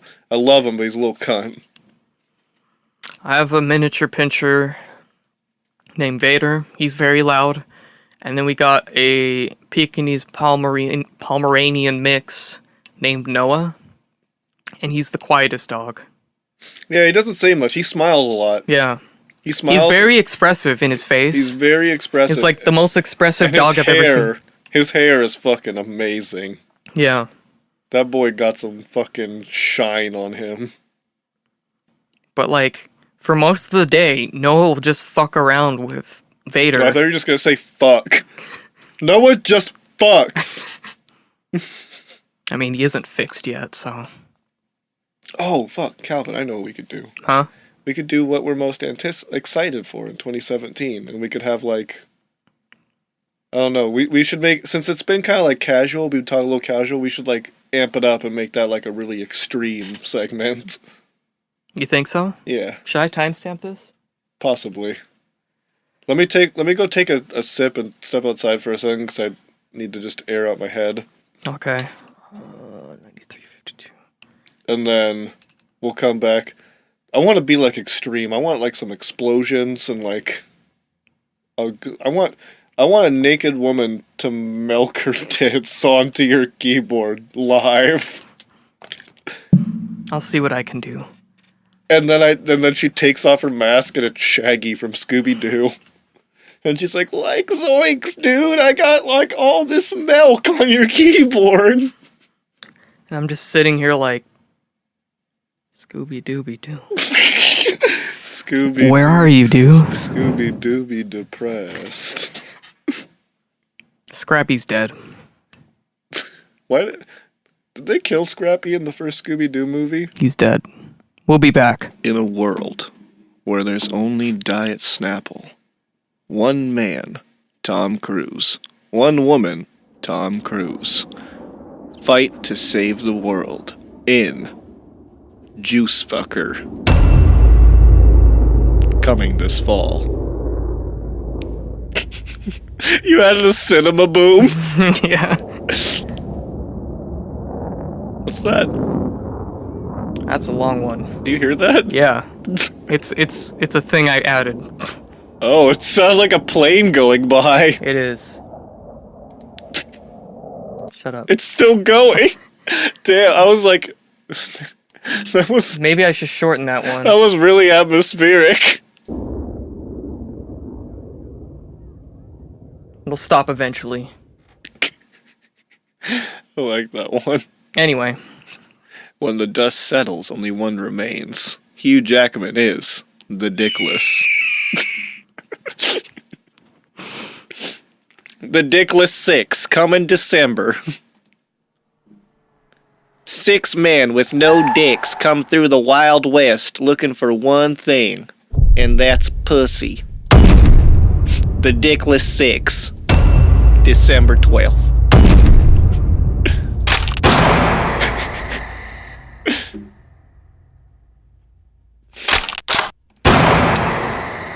Got the bottle. Got the bottle in. I shot the bottle. Oh, you shot the bottle. I told a very tiny story through audio. Shot the bottle. Fuck. Okay, so is everybody ready for the? I'm excited for 2 games. And Calvin's excited for 1. So you ready for They might be the same. It might be the same thing. Are you all ready for the real hype, most anticipated motherfucking games of 2017? Bitch.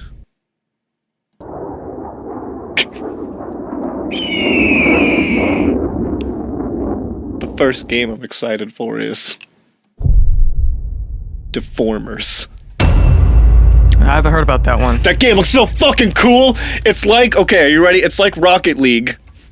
Okay. But there's more modes than just the car soccer, and instead of it being cars, you're fucking like little gelatinous blobs of texture.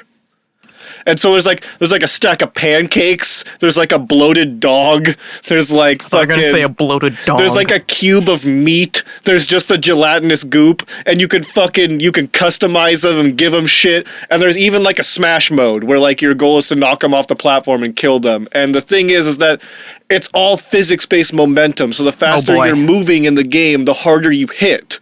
So it's like, and all the characters have different shit to them. It looks so fucking fun! I'm so fucking hyped for that game. I can honestly say I've never heard of it. I'll have to show you. I'm sorry. It looks so cool. It's been playing in our store the whole time. I've been watching it so much. I forget you work in a video game establishment. So you know about all the video games. I fucking want that game so bad. I'm actually kind of hyped for Resident Evil 7 too, like sneak hype, because it actually looks like it's gonna get scary. It's basically PT, isn't it? Well, I mean, yeah, but also the VR thing. That's what I would also get VR for. Oh, yeah. That one looks fucking creepy. I'm not into scary games, like, at all. I can go suck a fat cock. I'm into games that are good scary. I don't like jump scares. I ain't into that Five Nights at Freddy's shit. I'm into, like, a horror atmosphere, like old school Silent Hill and, like, Resident Evil 4. Like, yeah. I'm all about the atmosphere.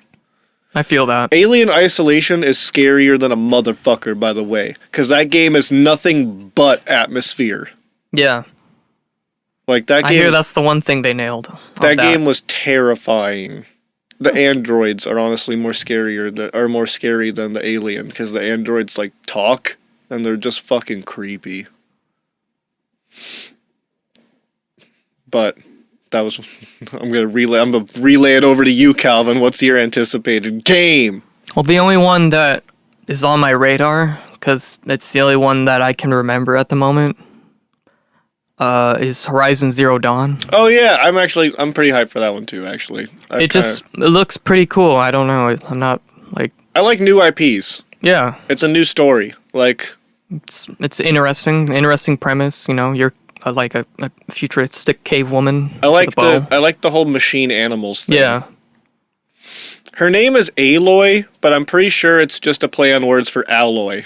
Because, like, I feel like futuristic terms are lost to them, so, like, alloy plating, they have no idea what that means. yeah. It makes sense to, like, how the world works. Oh, you know what I got the demo for that I'm probably going to be really hyped for? Near Automata. Oh, yeah. I need to play that demo because I heard it's fucking crazy. bought- you play two really, really cute cyborg women. I bought the first one and I played a little bit of it, and I don't think I played enough to get what was that game's all about. But I hear it's fucking long, so. Well, yeah, and also the game destroys you emotionally. It's one of the only games I think figures out how to destroy you emotionally as a player. Mm-hmm. Because to get the true ending, you have to beat the game 3 times, like most Japanese games, to get the true ending. Sure. But to do the true ending, you have to, like, agree to, air quotes, sacrifice it all, and you, like, erase your guy from existence. Yeah. But when that happens, it opens up your save screen and deletes your save and all of your progress in front of you. And it goes to, it goes to your item screen, deletes everything on your items, goes to your, like, abilities, deletes everything on that. Like, it literally wipes you from existence. You don't have your save if you choose to do the real ending. Like, you choose to give up everything for the real ending. Christ on a bike. Which is crazy. Yeah, that's pretty.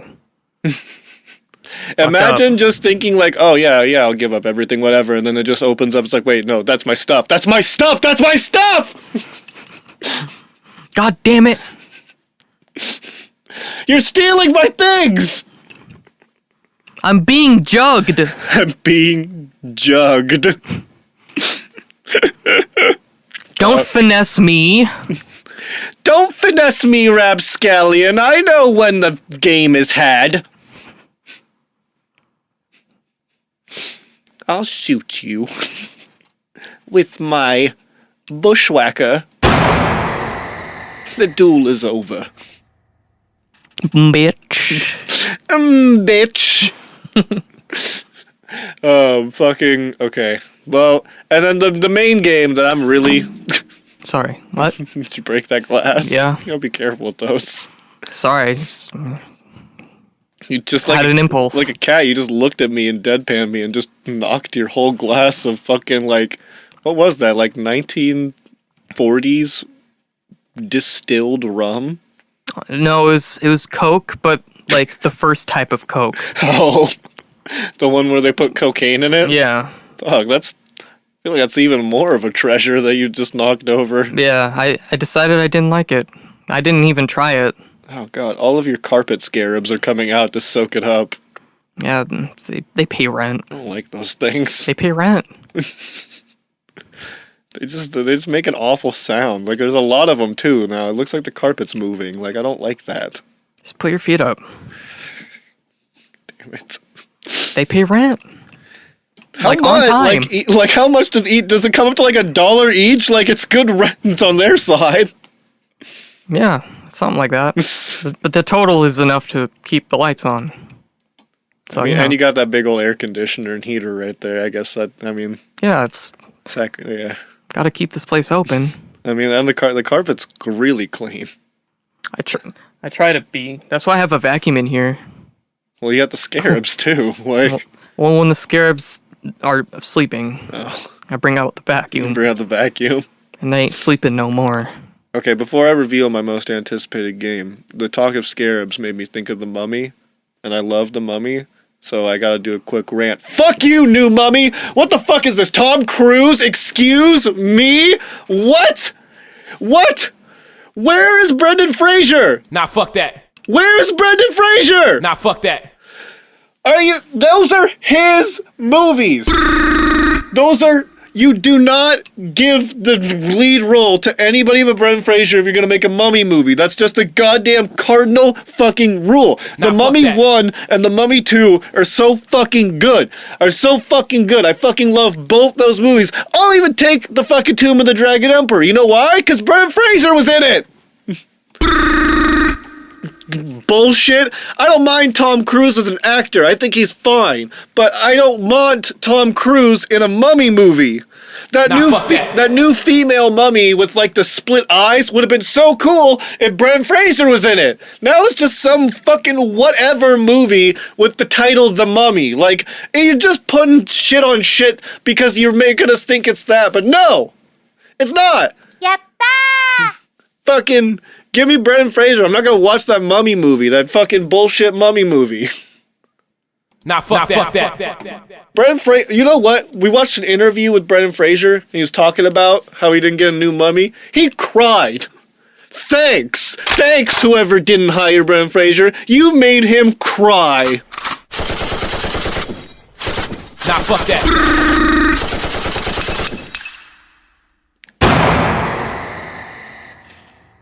My most anticipated game is Mass Effect Andromeda because I want to fuck everything. They just announced that the two main characters that you could choose from are it's a goddamn brother or sister. So guess what? Brother and sister fucking the galaxy together. There's no gender that's getting unfucked in this game now. Ecchi! Yatta! Kawaii! Damn right. I'm gonna be the coolest, hottest, biggest, gayest fucking space galaxy explorer in the world. Let's go. That's my favorite one still, just because of how long it goes. But yeah, that's what I got on the list. I mean, what else? I mean, like... I don't know what's coming out this year, really. Yeah, I don't really... I mean, we're a little too early in the year to kind of see anything major. It's just like the new IPs or... The Switch is coming out. Yeah, actually, I'm hyped for the Switch and Breath of the Wild, too. Yeah. I want the Switch more than anything. If it has GameCube support or the ability to... What makes you think that... There's a rumor going around saying that there's compatibility going around for GameCube, or that there's going to be a GameCube Virtual Console added. I think that's probably more likely, just based on the design of what we've seen. Regardless, Melee. I want Melee on an HD TV. Because I think they're doing they're going back to cartridges, but they're doing very small ones. I think though that the actual docking port, when you put it in, has a disk drive. I think. Who knows? And that could be for I know I want to get Splatoon actually on that too, because I think Splatoon will play way better on that. Also, because if you think about it, you have everything you the Wii U was. How does playing online work when you leave the dock? I don't think you play online when you leave the dock. Well, if you're on Wi-Fi, maybe but if you're on the bus. No, that's what I'm saying. It's like just the home console isn't turned on when it's undocked. It's pretty much a glorified charging base at that point when you pull it out. Yeah, the real meat is in the screen. Yeah, so it's like with the kickstand. Yeah, I guess and then how local play could be interesting. Can it just detect other switches like how a 3DS does? I don't know. Right? I never even thought about that. So it's like if you got 4 people, let's say on the bus, and they're completely unrobbed for some reason, and they all have their Nintendo Switches with them, being cool rich kids on their suburban bus. They what happens? It's like, I got Smash. Hey, we got that too. All right, let's Omni-Link, and then what happens? Let's fucking Omni-Link, dude. Do I just bash the NX over your head until it says I'm connected to you? You plug the dick into the pussy. Also, the weird one-hand controller thing. Yeah. That you can turn sideways, or whatever you do with it. never catching me holding one of those. I'm gonna have that weird pro slide thing, or I'm gonna have a pro controller. You ain't ever catching me holding the remote from Click, fucking as a game controller. Cause like, I don't know. We just don't know. I guess it's like how much gameplay feel am I gonna get by holding like just the Wii nunchuck equivalent. You know what I'm saying? Like. Yeah. When it's actually all put together and then it's on that weird thing, I like the thing when you put it together. Yeah. I like how it is when it's on the sides of the LCD screen. I like how it is on the little hand thing. Yeah. But when you just take one off and be like, "Hey, bro, you ready to play?" Like, what are you handing me? Like, what is this, an ocarina? Like, what do you want me to do with this? Like, what are there, like 3 buttons on this thing? Like, Well, they had to. It's called the Switch, so they had to put something else for them. that Pro controller looks dope though. The one, not the one that you like link together, the actual one. I haven't seen that, Oh, actually. it looks nice. Yeah. It looks really nice. That's dope. But like, I think Nintendo's coming back in the game. after Sony dropped the ball, Nintendo rolled in on its stomach and picked all of them up and then rolled out. They just kind of fell off, like, towards the end of this year. They were just like, I need these for later. You'll see. But I think, like, when they announced it, they nailed it. Like, I'm excited for the direct. it's a good name. It's a great name. We got an idea of what it does. They showed off it's the only console that's gonna do what it's gonna do. Also, the idea of going back to cartridge for full like games is crazy. Yeah. And it doesn't feel like a forced gimmick. It just feels like, yeah, that's cool, you know? Yeah. I feel like it's better than disc. Because, like, think of it like this. It's just, like, data. So, like, how much can a... how much can a Blu-ray hold in comparison? Like, because you can get, like, a fucking terabyte thing of those, like, now. Yeah. Almost. Like... Even in those, like, micro SD ones, like, I've seen them, like, 64. The dude at the store said, would you like a terabyte of internal data on your phone? And I was like... Do I? I didn't get it, but like I was like, why would I fucking ever need that much on my phone? I was like, and so it's like, how big is that? Like they can't fit a hard drive on my fucking thing, so it's like that's the equivalent of like a terabyte flash drive in my fucking phone. So it's like, imagine if they did like N64 size cartridges, but with today's tech and like a console to match it, you know? Future meets past. I'd be so ready for that. You could fit like 30 Skyrims into like your game. Yeah, I guess it's like there's just shit you can do. And it's like I feel like the cartridges are like almost DS sized or something. Like what are they reminded me of PS Vita cards, but thicker from what I've seen. I think that's just gonna be kind of cool though to have like a cartridge of like a fucking next gen title. I just hope you don't lose them, you know, because that's like the main thing. I mean, it's probably just the disc route again. Like keep them in the case. Keep them in the case. If they, well, I mean, what are the cases gonna look like? Are they gonna look crazy? Are they gonna be like really tiny? You switch the cases. Oh shit! You just get one case. Yeah. And you just like switch out the cover art for one game you want. You just get one case. It's a really nice case. It's leather bound. This beautiful, beautiful case. It's like Nordstrom's with that rock. Did you see that? They just wrapped a rock in leather and they sold it for a bunch of money. Wait, Nordstrom's did the equivalent of the Supreme brick? Yeah. And it's real. I want a Supreme brick. You can get a rock. It's the closest thing, I think. Yeah, I could get a leather wrapped rock, I guess. See, people are starting to realize that doing dumb shit sells. I know. Isn't it great? But it's gonna get to the point where it's like, all right, this is too dumb. You know? Yeah, I want a Gucci bottle opener. But like not for glass bottles, for like twist off bottles. like the Walgreens fucking like, pill for bottles. Like leaky faucets are like really like no. Like have you ever seen the thing that like are used to like tighten leaky faucets or stuff? It's like this elastic band that you adjust so you can like oh yeah.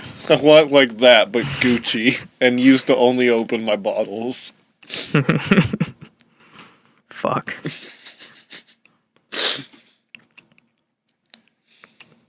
I'm trying to think what would be like the least fashionable thing you could put like a brand name on. Oh, well, least fashionable thing you put brand name. I was thinking like the least fashionable thing. I was thinking shoe hood ornaments.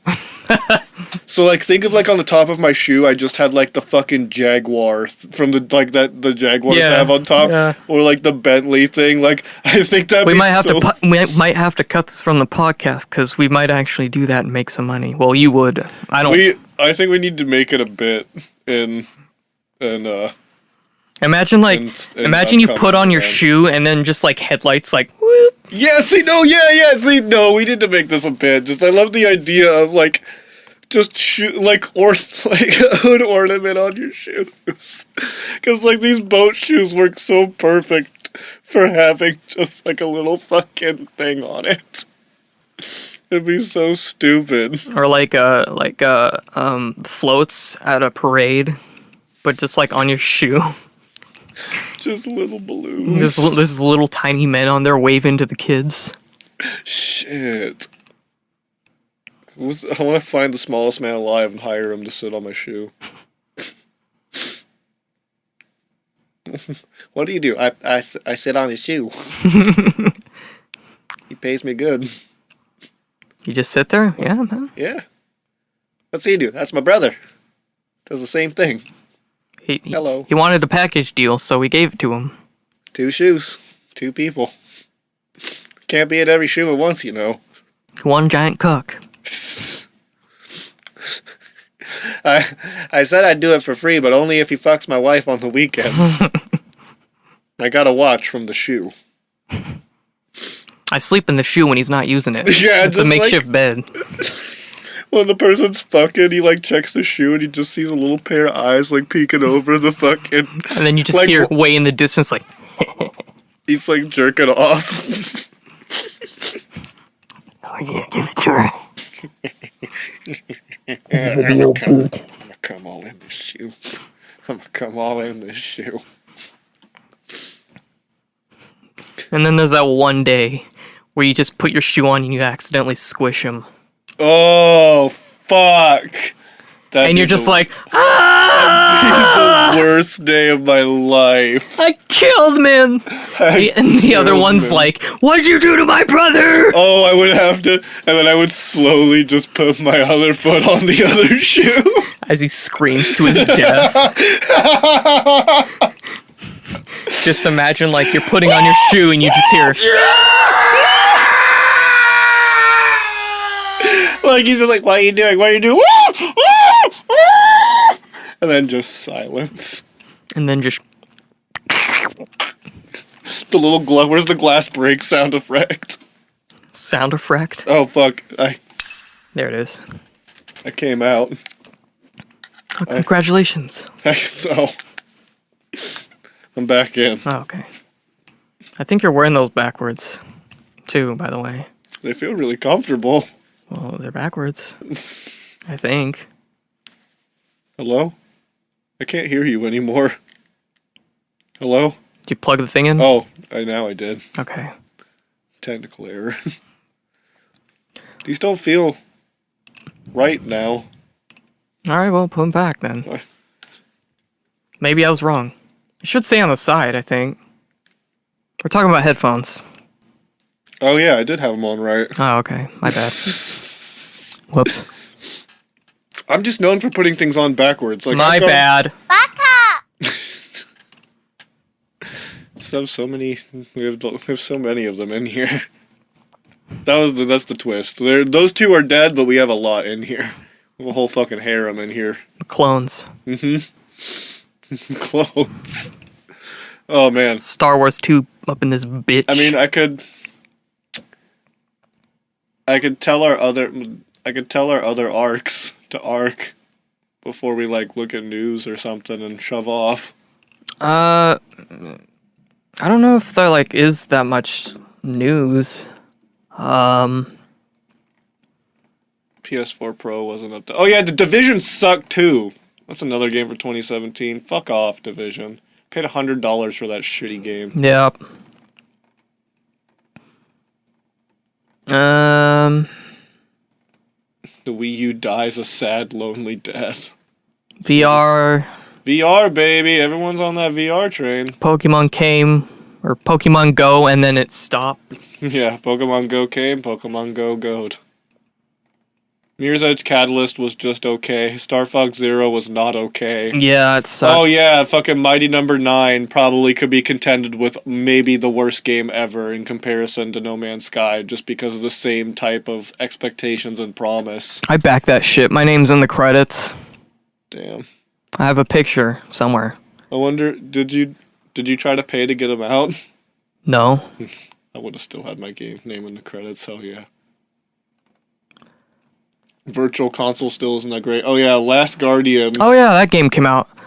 That game's pretty okay. Have you played it? Yeah. Okay. Does the animal listen to you? Yeah. All my friends keep saying that the fucking thing won't listen to them. I've literally not have had a single problem all the way through that game. I don't know what they're talking about, to The be main honest. people in reviews say the main reason they don't like the game is because, like, it's so hard to get that animal to listen to you, apparently.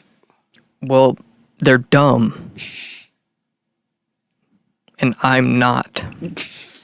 So go figure that out, They bitch. can't, they're dumb. I just laid it out for him, so, you know. Okay. They're dumb. I mean, like, at most it'd take, like, a couple seconds for it to do what I asked it to, but it would do what I asked Hungry it. Box won fucking Evo. Woo. Yeah, it's still... I mean, more power to Hungry Box for winning Evo. Yeah. But at the same time, now it's just gonna be that much longer because Mango's gotta win Evo again, so that way they can fucking have 3-Vo happen, and then it can be a real thing. So it's like, I want Armada to take one, at least. Armada's won an Evo. Has he? He's got one on him. He's got one under his belt, I think. I thought it was always Mango Armada. At the end, Mango always takes Mango it. has 2 Evos right now. Yeah. Yeah, Mango's on 2. Armada won 1. Yeah, no. The Evo before, it was Mango, Armada, and Armada won, right? I don't know. I fell really hard off the Smash scene. So. I know, I'm pretty sure Armada's got an Evo on him, because I think Mango was talking about to do 3-Vo now.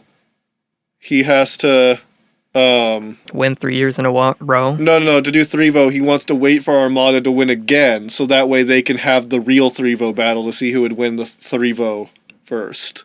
So let me see, Armada wins Evo. Yeah, he won Evo before. He was the Evo before Hungry Box. Yeah, that's it, yeah. Armada won Evo 2015. Yup. It's cool, I guess. Go Armada. I just want a Falcon player to make it up there. To do it. It'll happen someday. I want a Falcon player to win a major. Come on, S2J. Stop S and 2 J's. And get your Falcon. Start S and 2 D's. So they throw the matches so you can fucking win. Yeah, or Westball. Oh, man. Westballs is my new favorite character. Player. I think I idolize Westballs. Yeah?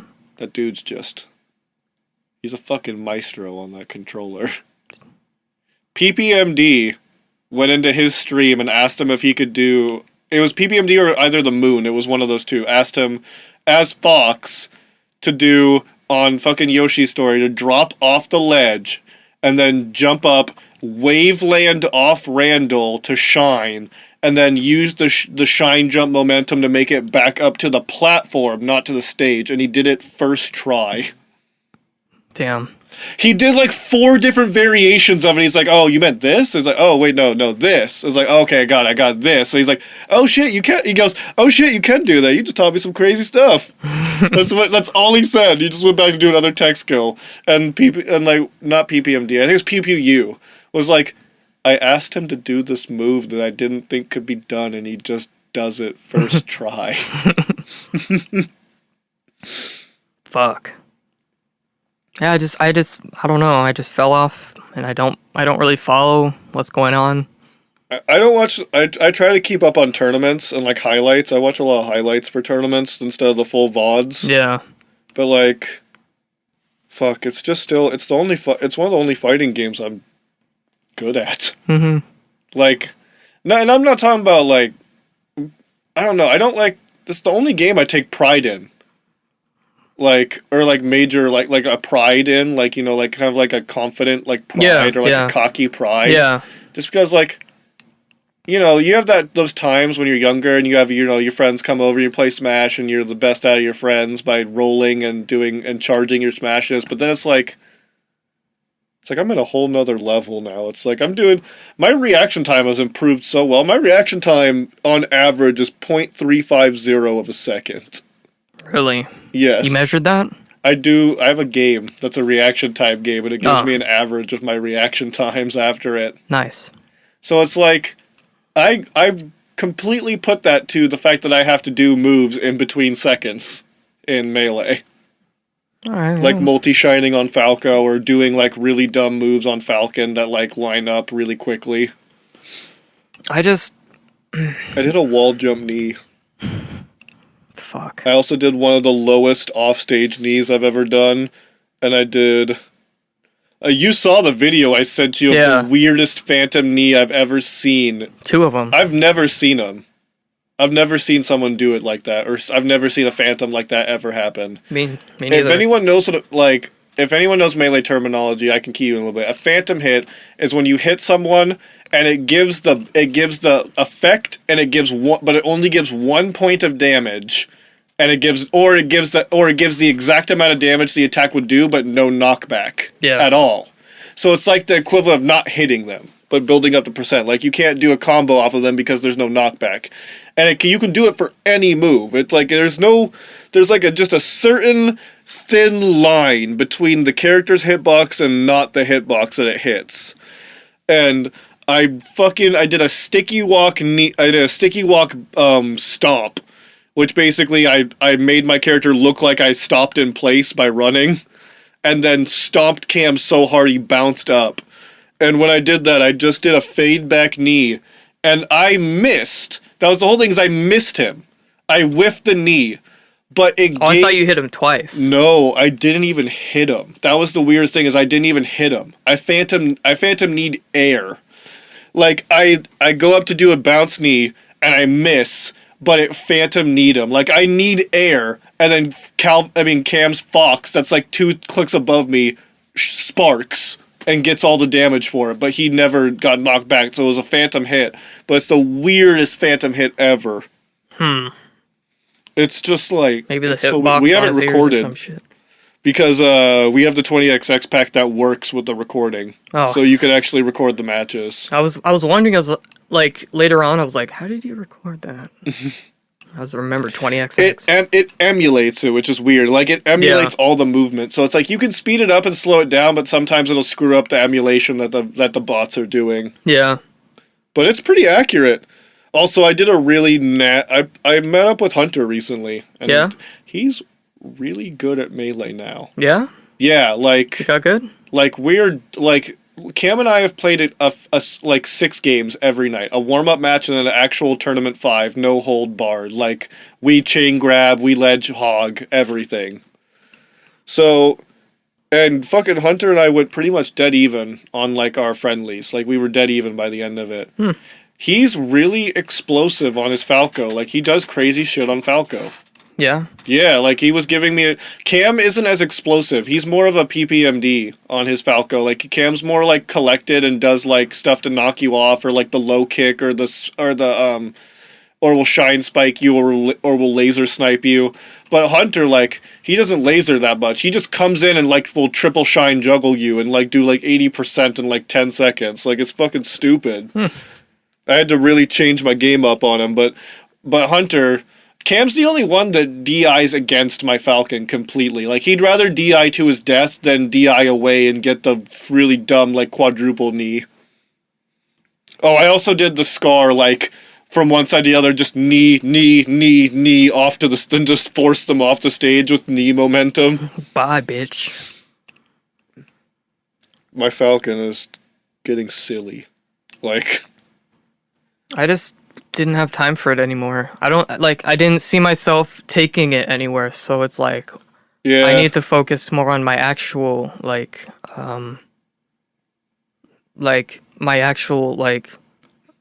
don't want to say it's like as like a degrading thing because it's a valid thing to do, but I would rather focus my time on my soundcraft. Mm-hmm. So plus I really didn't have like anyone to Also, yeah, practice with. I was like, it's kind of convenient for me that Cam just every night will like kick in my door, be like, "All right, we're doing a 5," and I'll be like, "Fuck, okay." Yeah.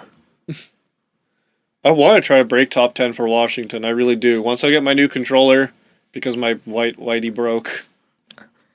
Not just your whitey, your Japanese import sealed GameCube controller broke.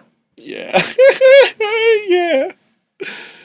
I paid $163 for that controller. I was there. I made watched. that guy so upset. For anyone who doesn't know, There's a video of there's this. a video of it.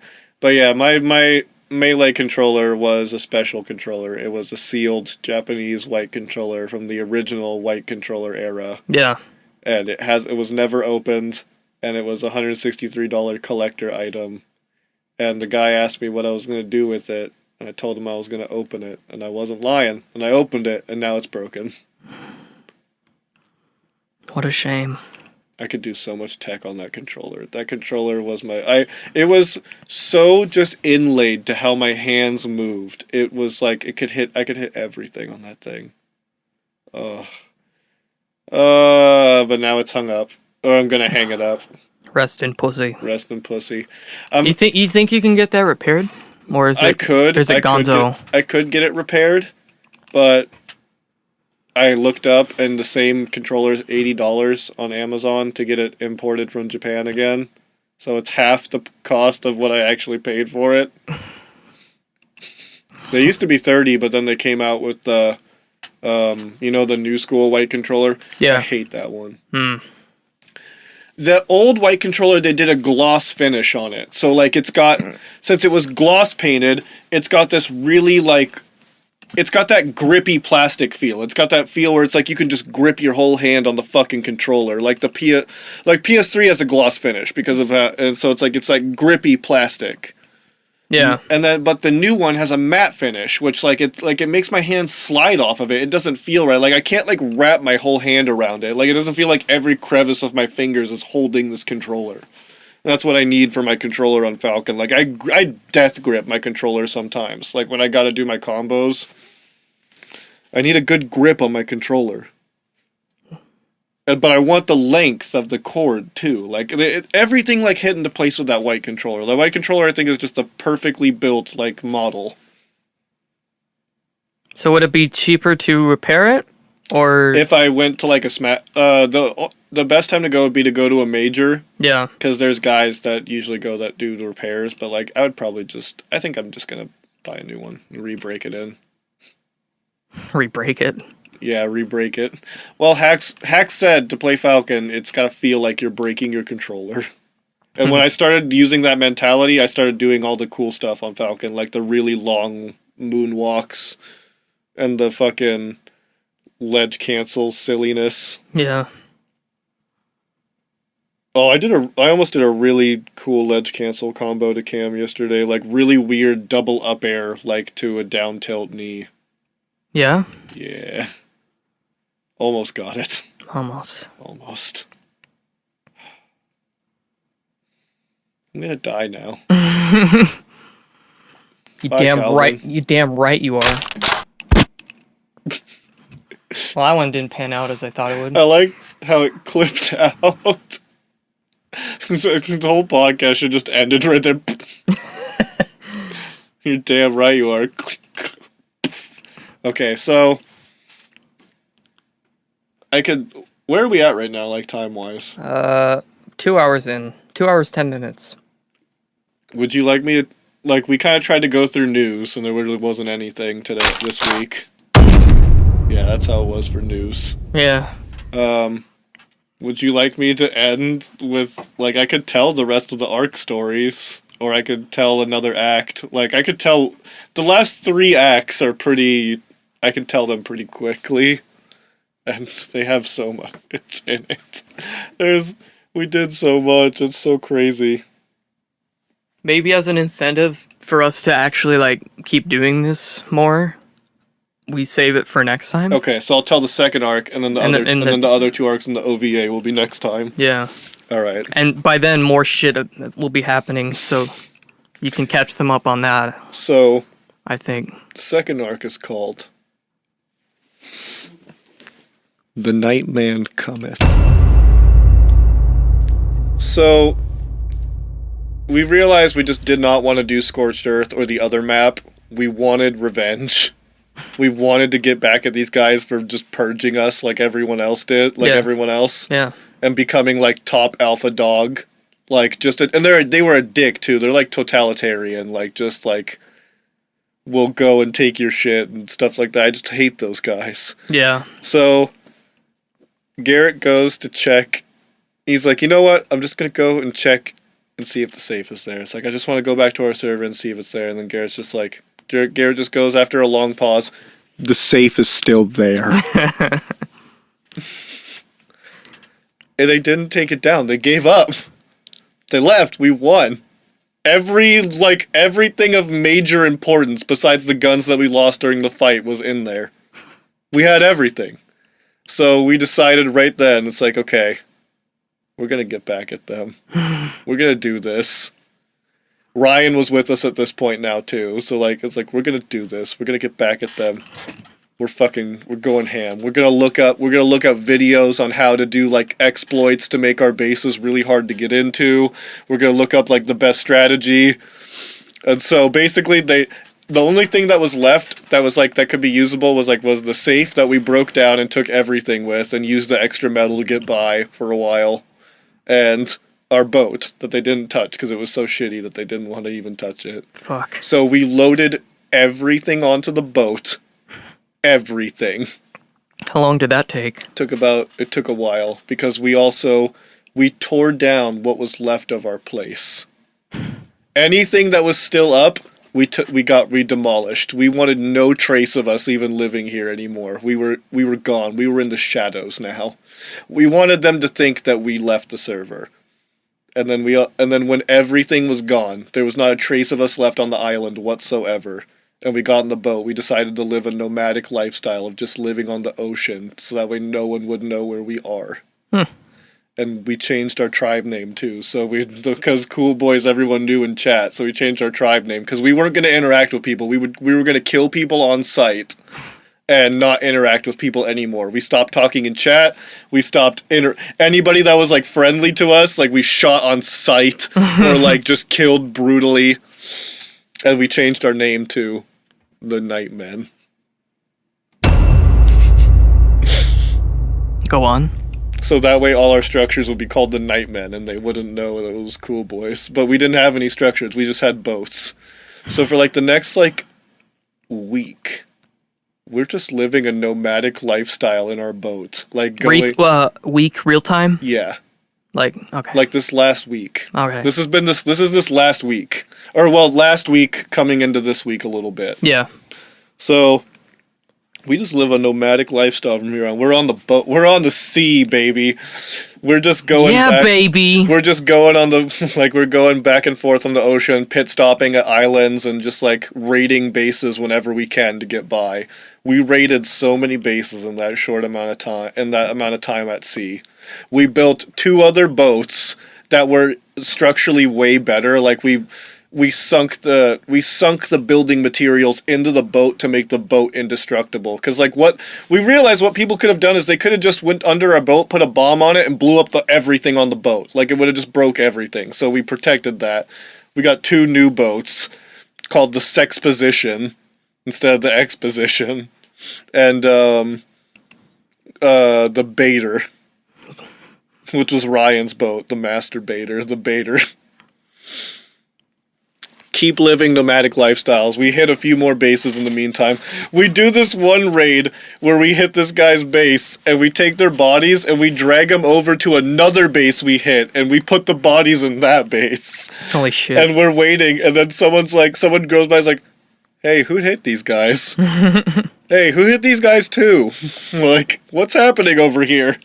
The dude, like, left for, like, I guess an hour and came back to all the bases in his alliance being hit around him, Jesus. which were us. We managed to, also, there was this guy named Nicholas XD. I hated him with a passion. Great name. Yeah. We killed him and we blew up one of his boats. And then there was this guy named Rise, who, he called us Nighties. And we didn't take kindly to that. So we were, like, fishing one day, and his boat comes by, and we noticed that it didn't have the protected bottom, so we could blow it up. So we're, like, chasing the boat down, and he, like, guns it on the boat. And Garrett makes an amazing Superman leap onto, like, a thing of scaffolding on his boat. And it's like a train chase now. Like, he's on a moving boat with him, hacking away at the door while the guys on side panicked driving, while Cam and I are running on the sword trying to jump under the boat with him and hack away at the wall. And that whole time he's getting salty with us in chat, and I'm talking like a police officer. I'm just like, sir, you're gonna need to open the vehicle, sir. Sir, you're driving an unlicensed vehicle. And then we blow up his boat right in front of him, like sink it into the ground, and we're just like, yeah, we're gonna have to take your vehicle in, sir. Just blow it all up in front of him. Jesus. We became pirates. Like, we had to make sure no one fucked with us and no one knew where we were. We were salty. We had a mission, and it was revenge. So, like, we're just slowly building up resources. We haven't even settled anywhere. Slowly building up resources. And then we get a tip. We get a hot tip after about 5 days at sea. Not really. We didn't really get anything done. We were just pillaging, pretty much, getting back what we could to try to build up somewhere eventually. Yeah. Then we get a hot tip from a member of Forsaken. We get a private message from him saying, "Oh wait, no, not sorry. I'm jumping the gun a little bit." We decide, you know what? We're gonna go check out Forsaken Space so we can get a good idea on what we're going against. Because now we've given them a week to build up. So like they're up in the game too. So we go and get surveillance. We take pictures of the area, but like when I go to take a picture, an auto turret kills me, and that means that my name is on their structure. When they look it up, they're gonna see that their turret killed my name. Fuck. And they'll know my name because my name was Harry Potter. Just Harry Potter? Yeah. So even even if they didn't see, like, oh, okay, cool boys are the Nightmen, they knew who Harry Potter was because I was talking so much shit to them when they were trying to break the safe. Holy fuck. So Garrett decides, okay, we did a small, like, rebel base. Like, we were the rebel alliance to the Empire that day. We just broke into one of their tree forts that had a gun encampment, and guess what was fucking in it? All the shit they took from us. Really? Yeah. So we take it back. And now we're like, yeah, we're doing this now. Yes, we took it back. We got our shit back. But that's not see, Act 3 is revengeance. We still haven't got our revenge yet. Yeah. We just got our stuff back. And then the next day, Garrett gets a message from one of the guys in Forsaken. Apparently that was his house that we hit. Yeah. And instead of getting mad at us, proceeds to tell us that half of the Forsaken members are leaving the server, and they're actually going to transfer. And so there's these obelisks in the game that are like these crazy futuristic things. But basically what lets you do, apart from letting you fight the endgame bosses, they teleport you to the bosses, they let you change servers with your character. So like if you had a character who's high level and you didn't want to start over on another server, you can use the obelisk to move your character to that server. And you could also move your items over. So like, let's say you had a bunch of items, you could transfer them to that server. Or in the Scorched Earth map, there's items you can't get on any other map but that map. And you could transfer that over to the other maps, which I thought was interesting. So they were planning on moving over, like half of them were taking half the items and moving servers because of a girl.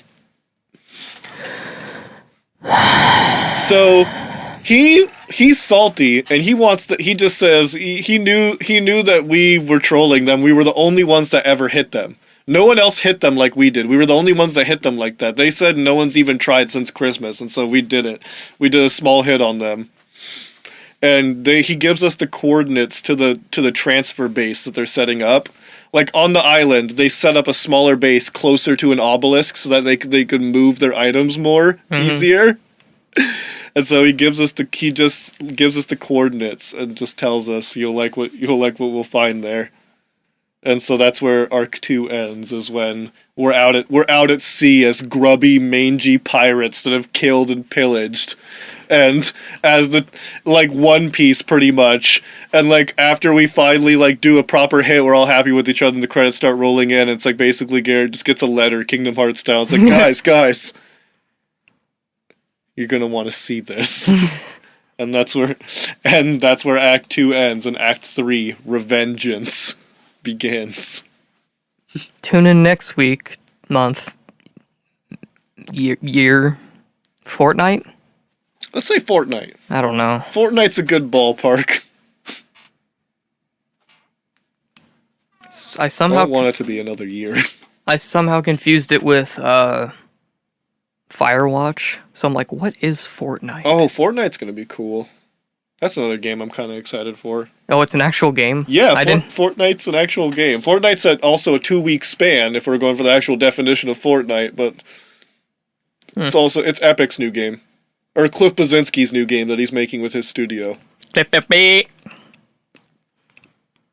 So yeah, I mean, I hope you guys aren't pissed at us too much for being away for a while. I hope you like the soundboard. Yeah. We brought a cool soundboard for you.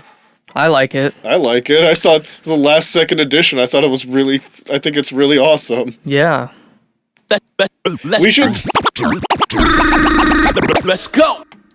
I was about to say, we should, like, try to theme the soundboards. Like, next time, let's get, like, different sound effects to have for the thing. Yeah. That'll be fun. I want JoJo's soundboard really bad. Fuck. We'll make it happen. Ideal! Well, I mean... Oh, yeah. Yeah? So we're opening the mail back up. If you want to send a question to us at all. Oh, yeah.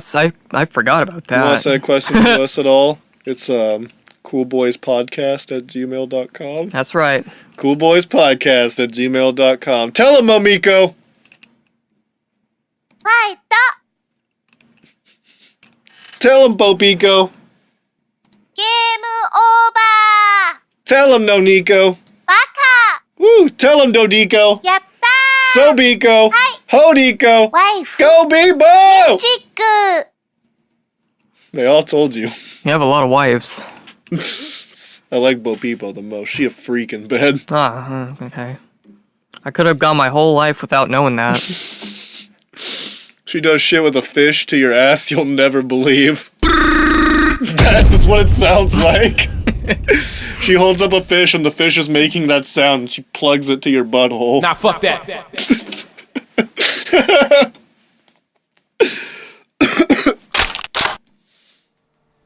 Oh man. What is that one? Is this a car? Just a car skirting by. Yeah. Did you say no fuck that and he got in the car and sped away? Was that what it was supposed to be? No, I can do that though. Nah, fuck that. And then he's in a bad neighborhood, so...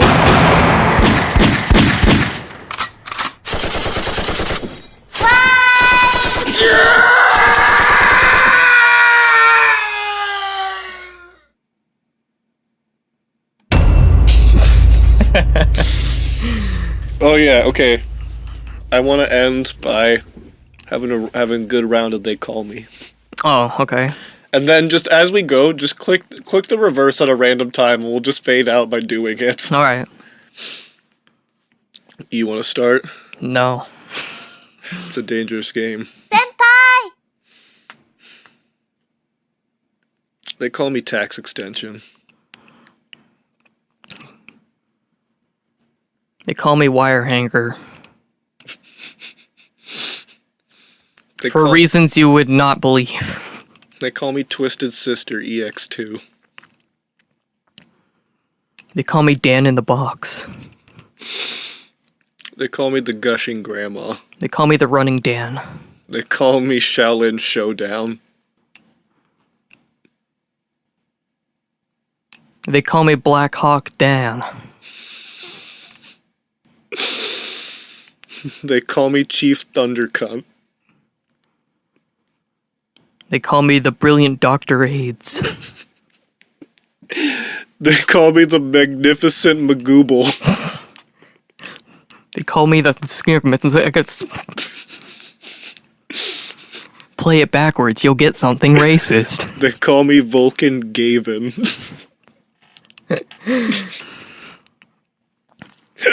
They call me Demp Seed Oils. Dempsey Oils. Oh, they call me Acai Berry Juice. They call me the Book of Decrets.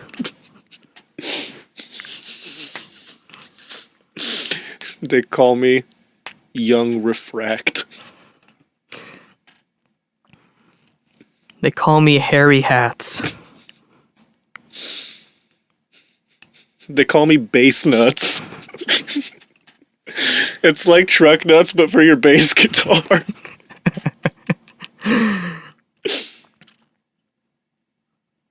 They call me the light at the end of the funnel.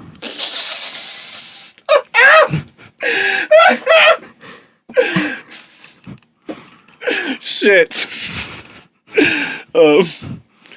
They call me G Fuel. They call me Dunder Paint. They call me the Elastic Ass. They call me Milk with the Dong. They call me Milk with 2 extra Ks. Where's the third K? You don't want to know. They call me Jerry. They call me the Unloaded Gun.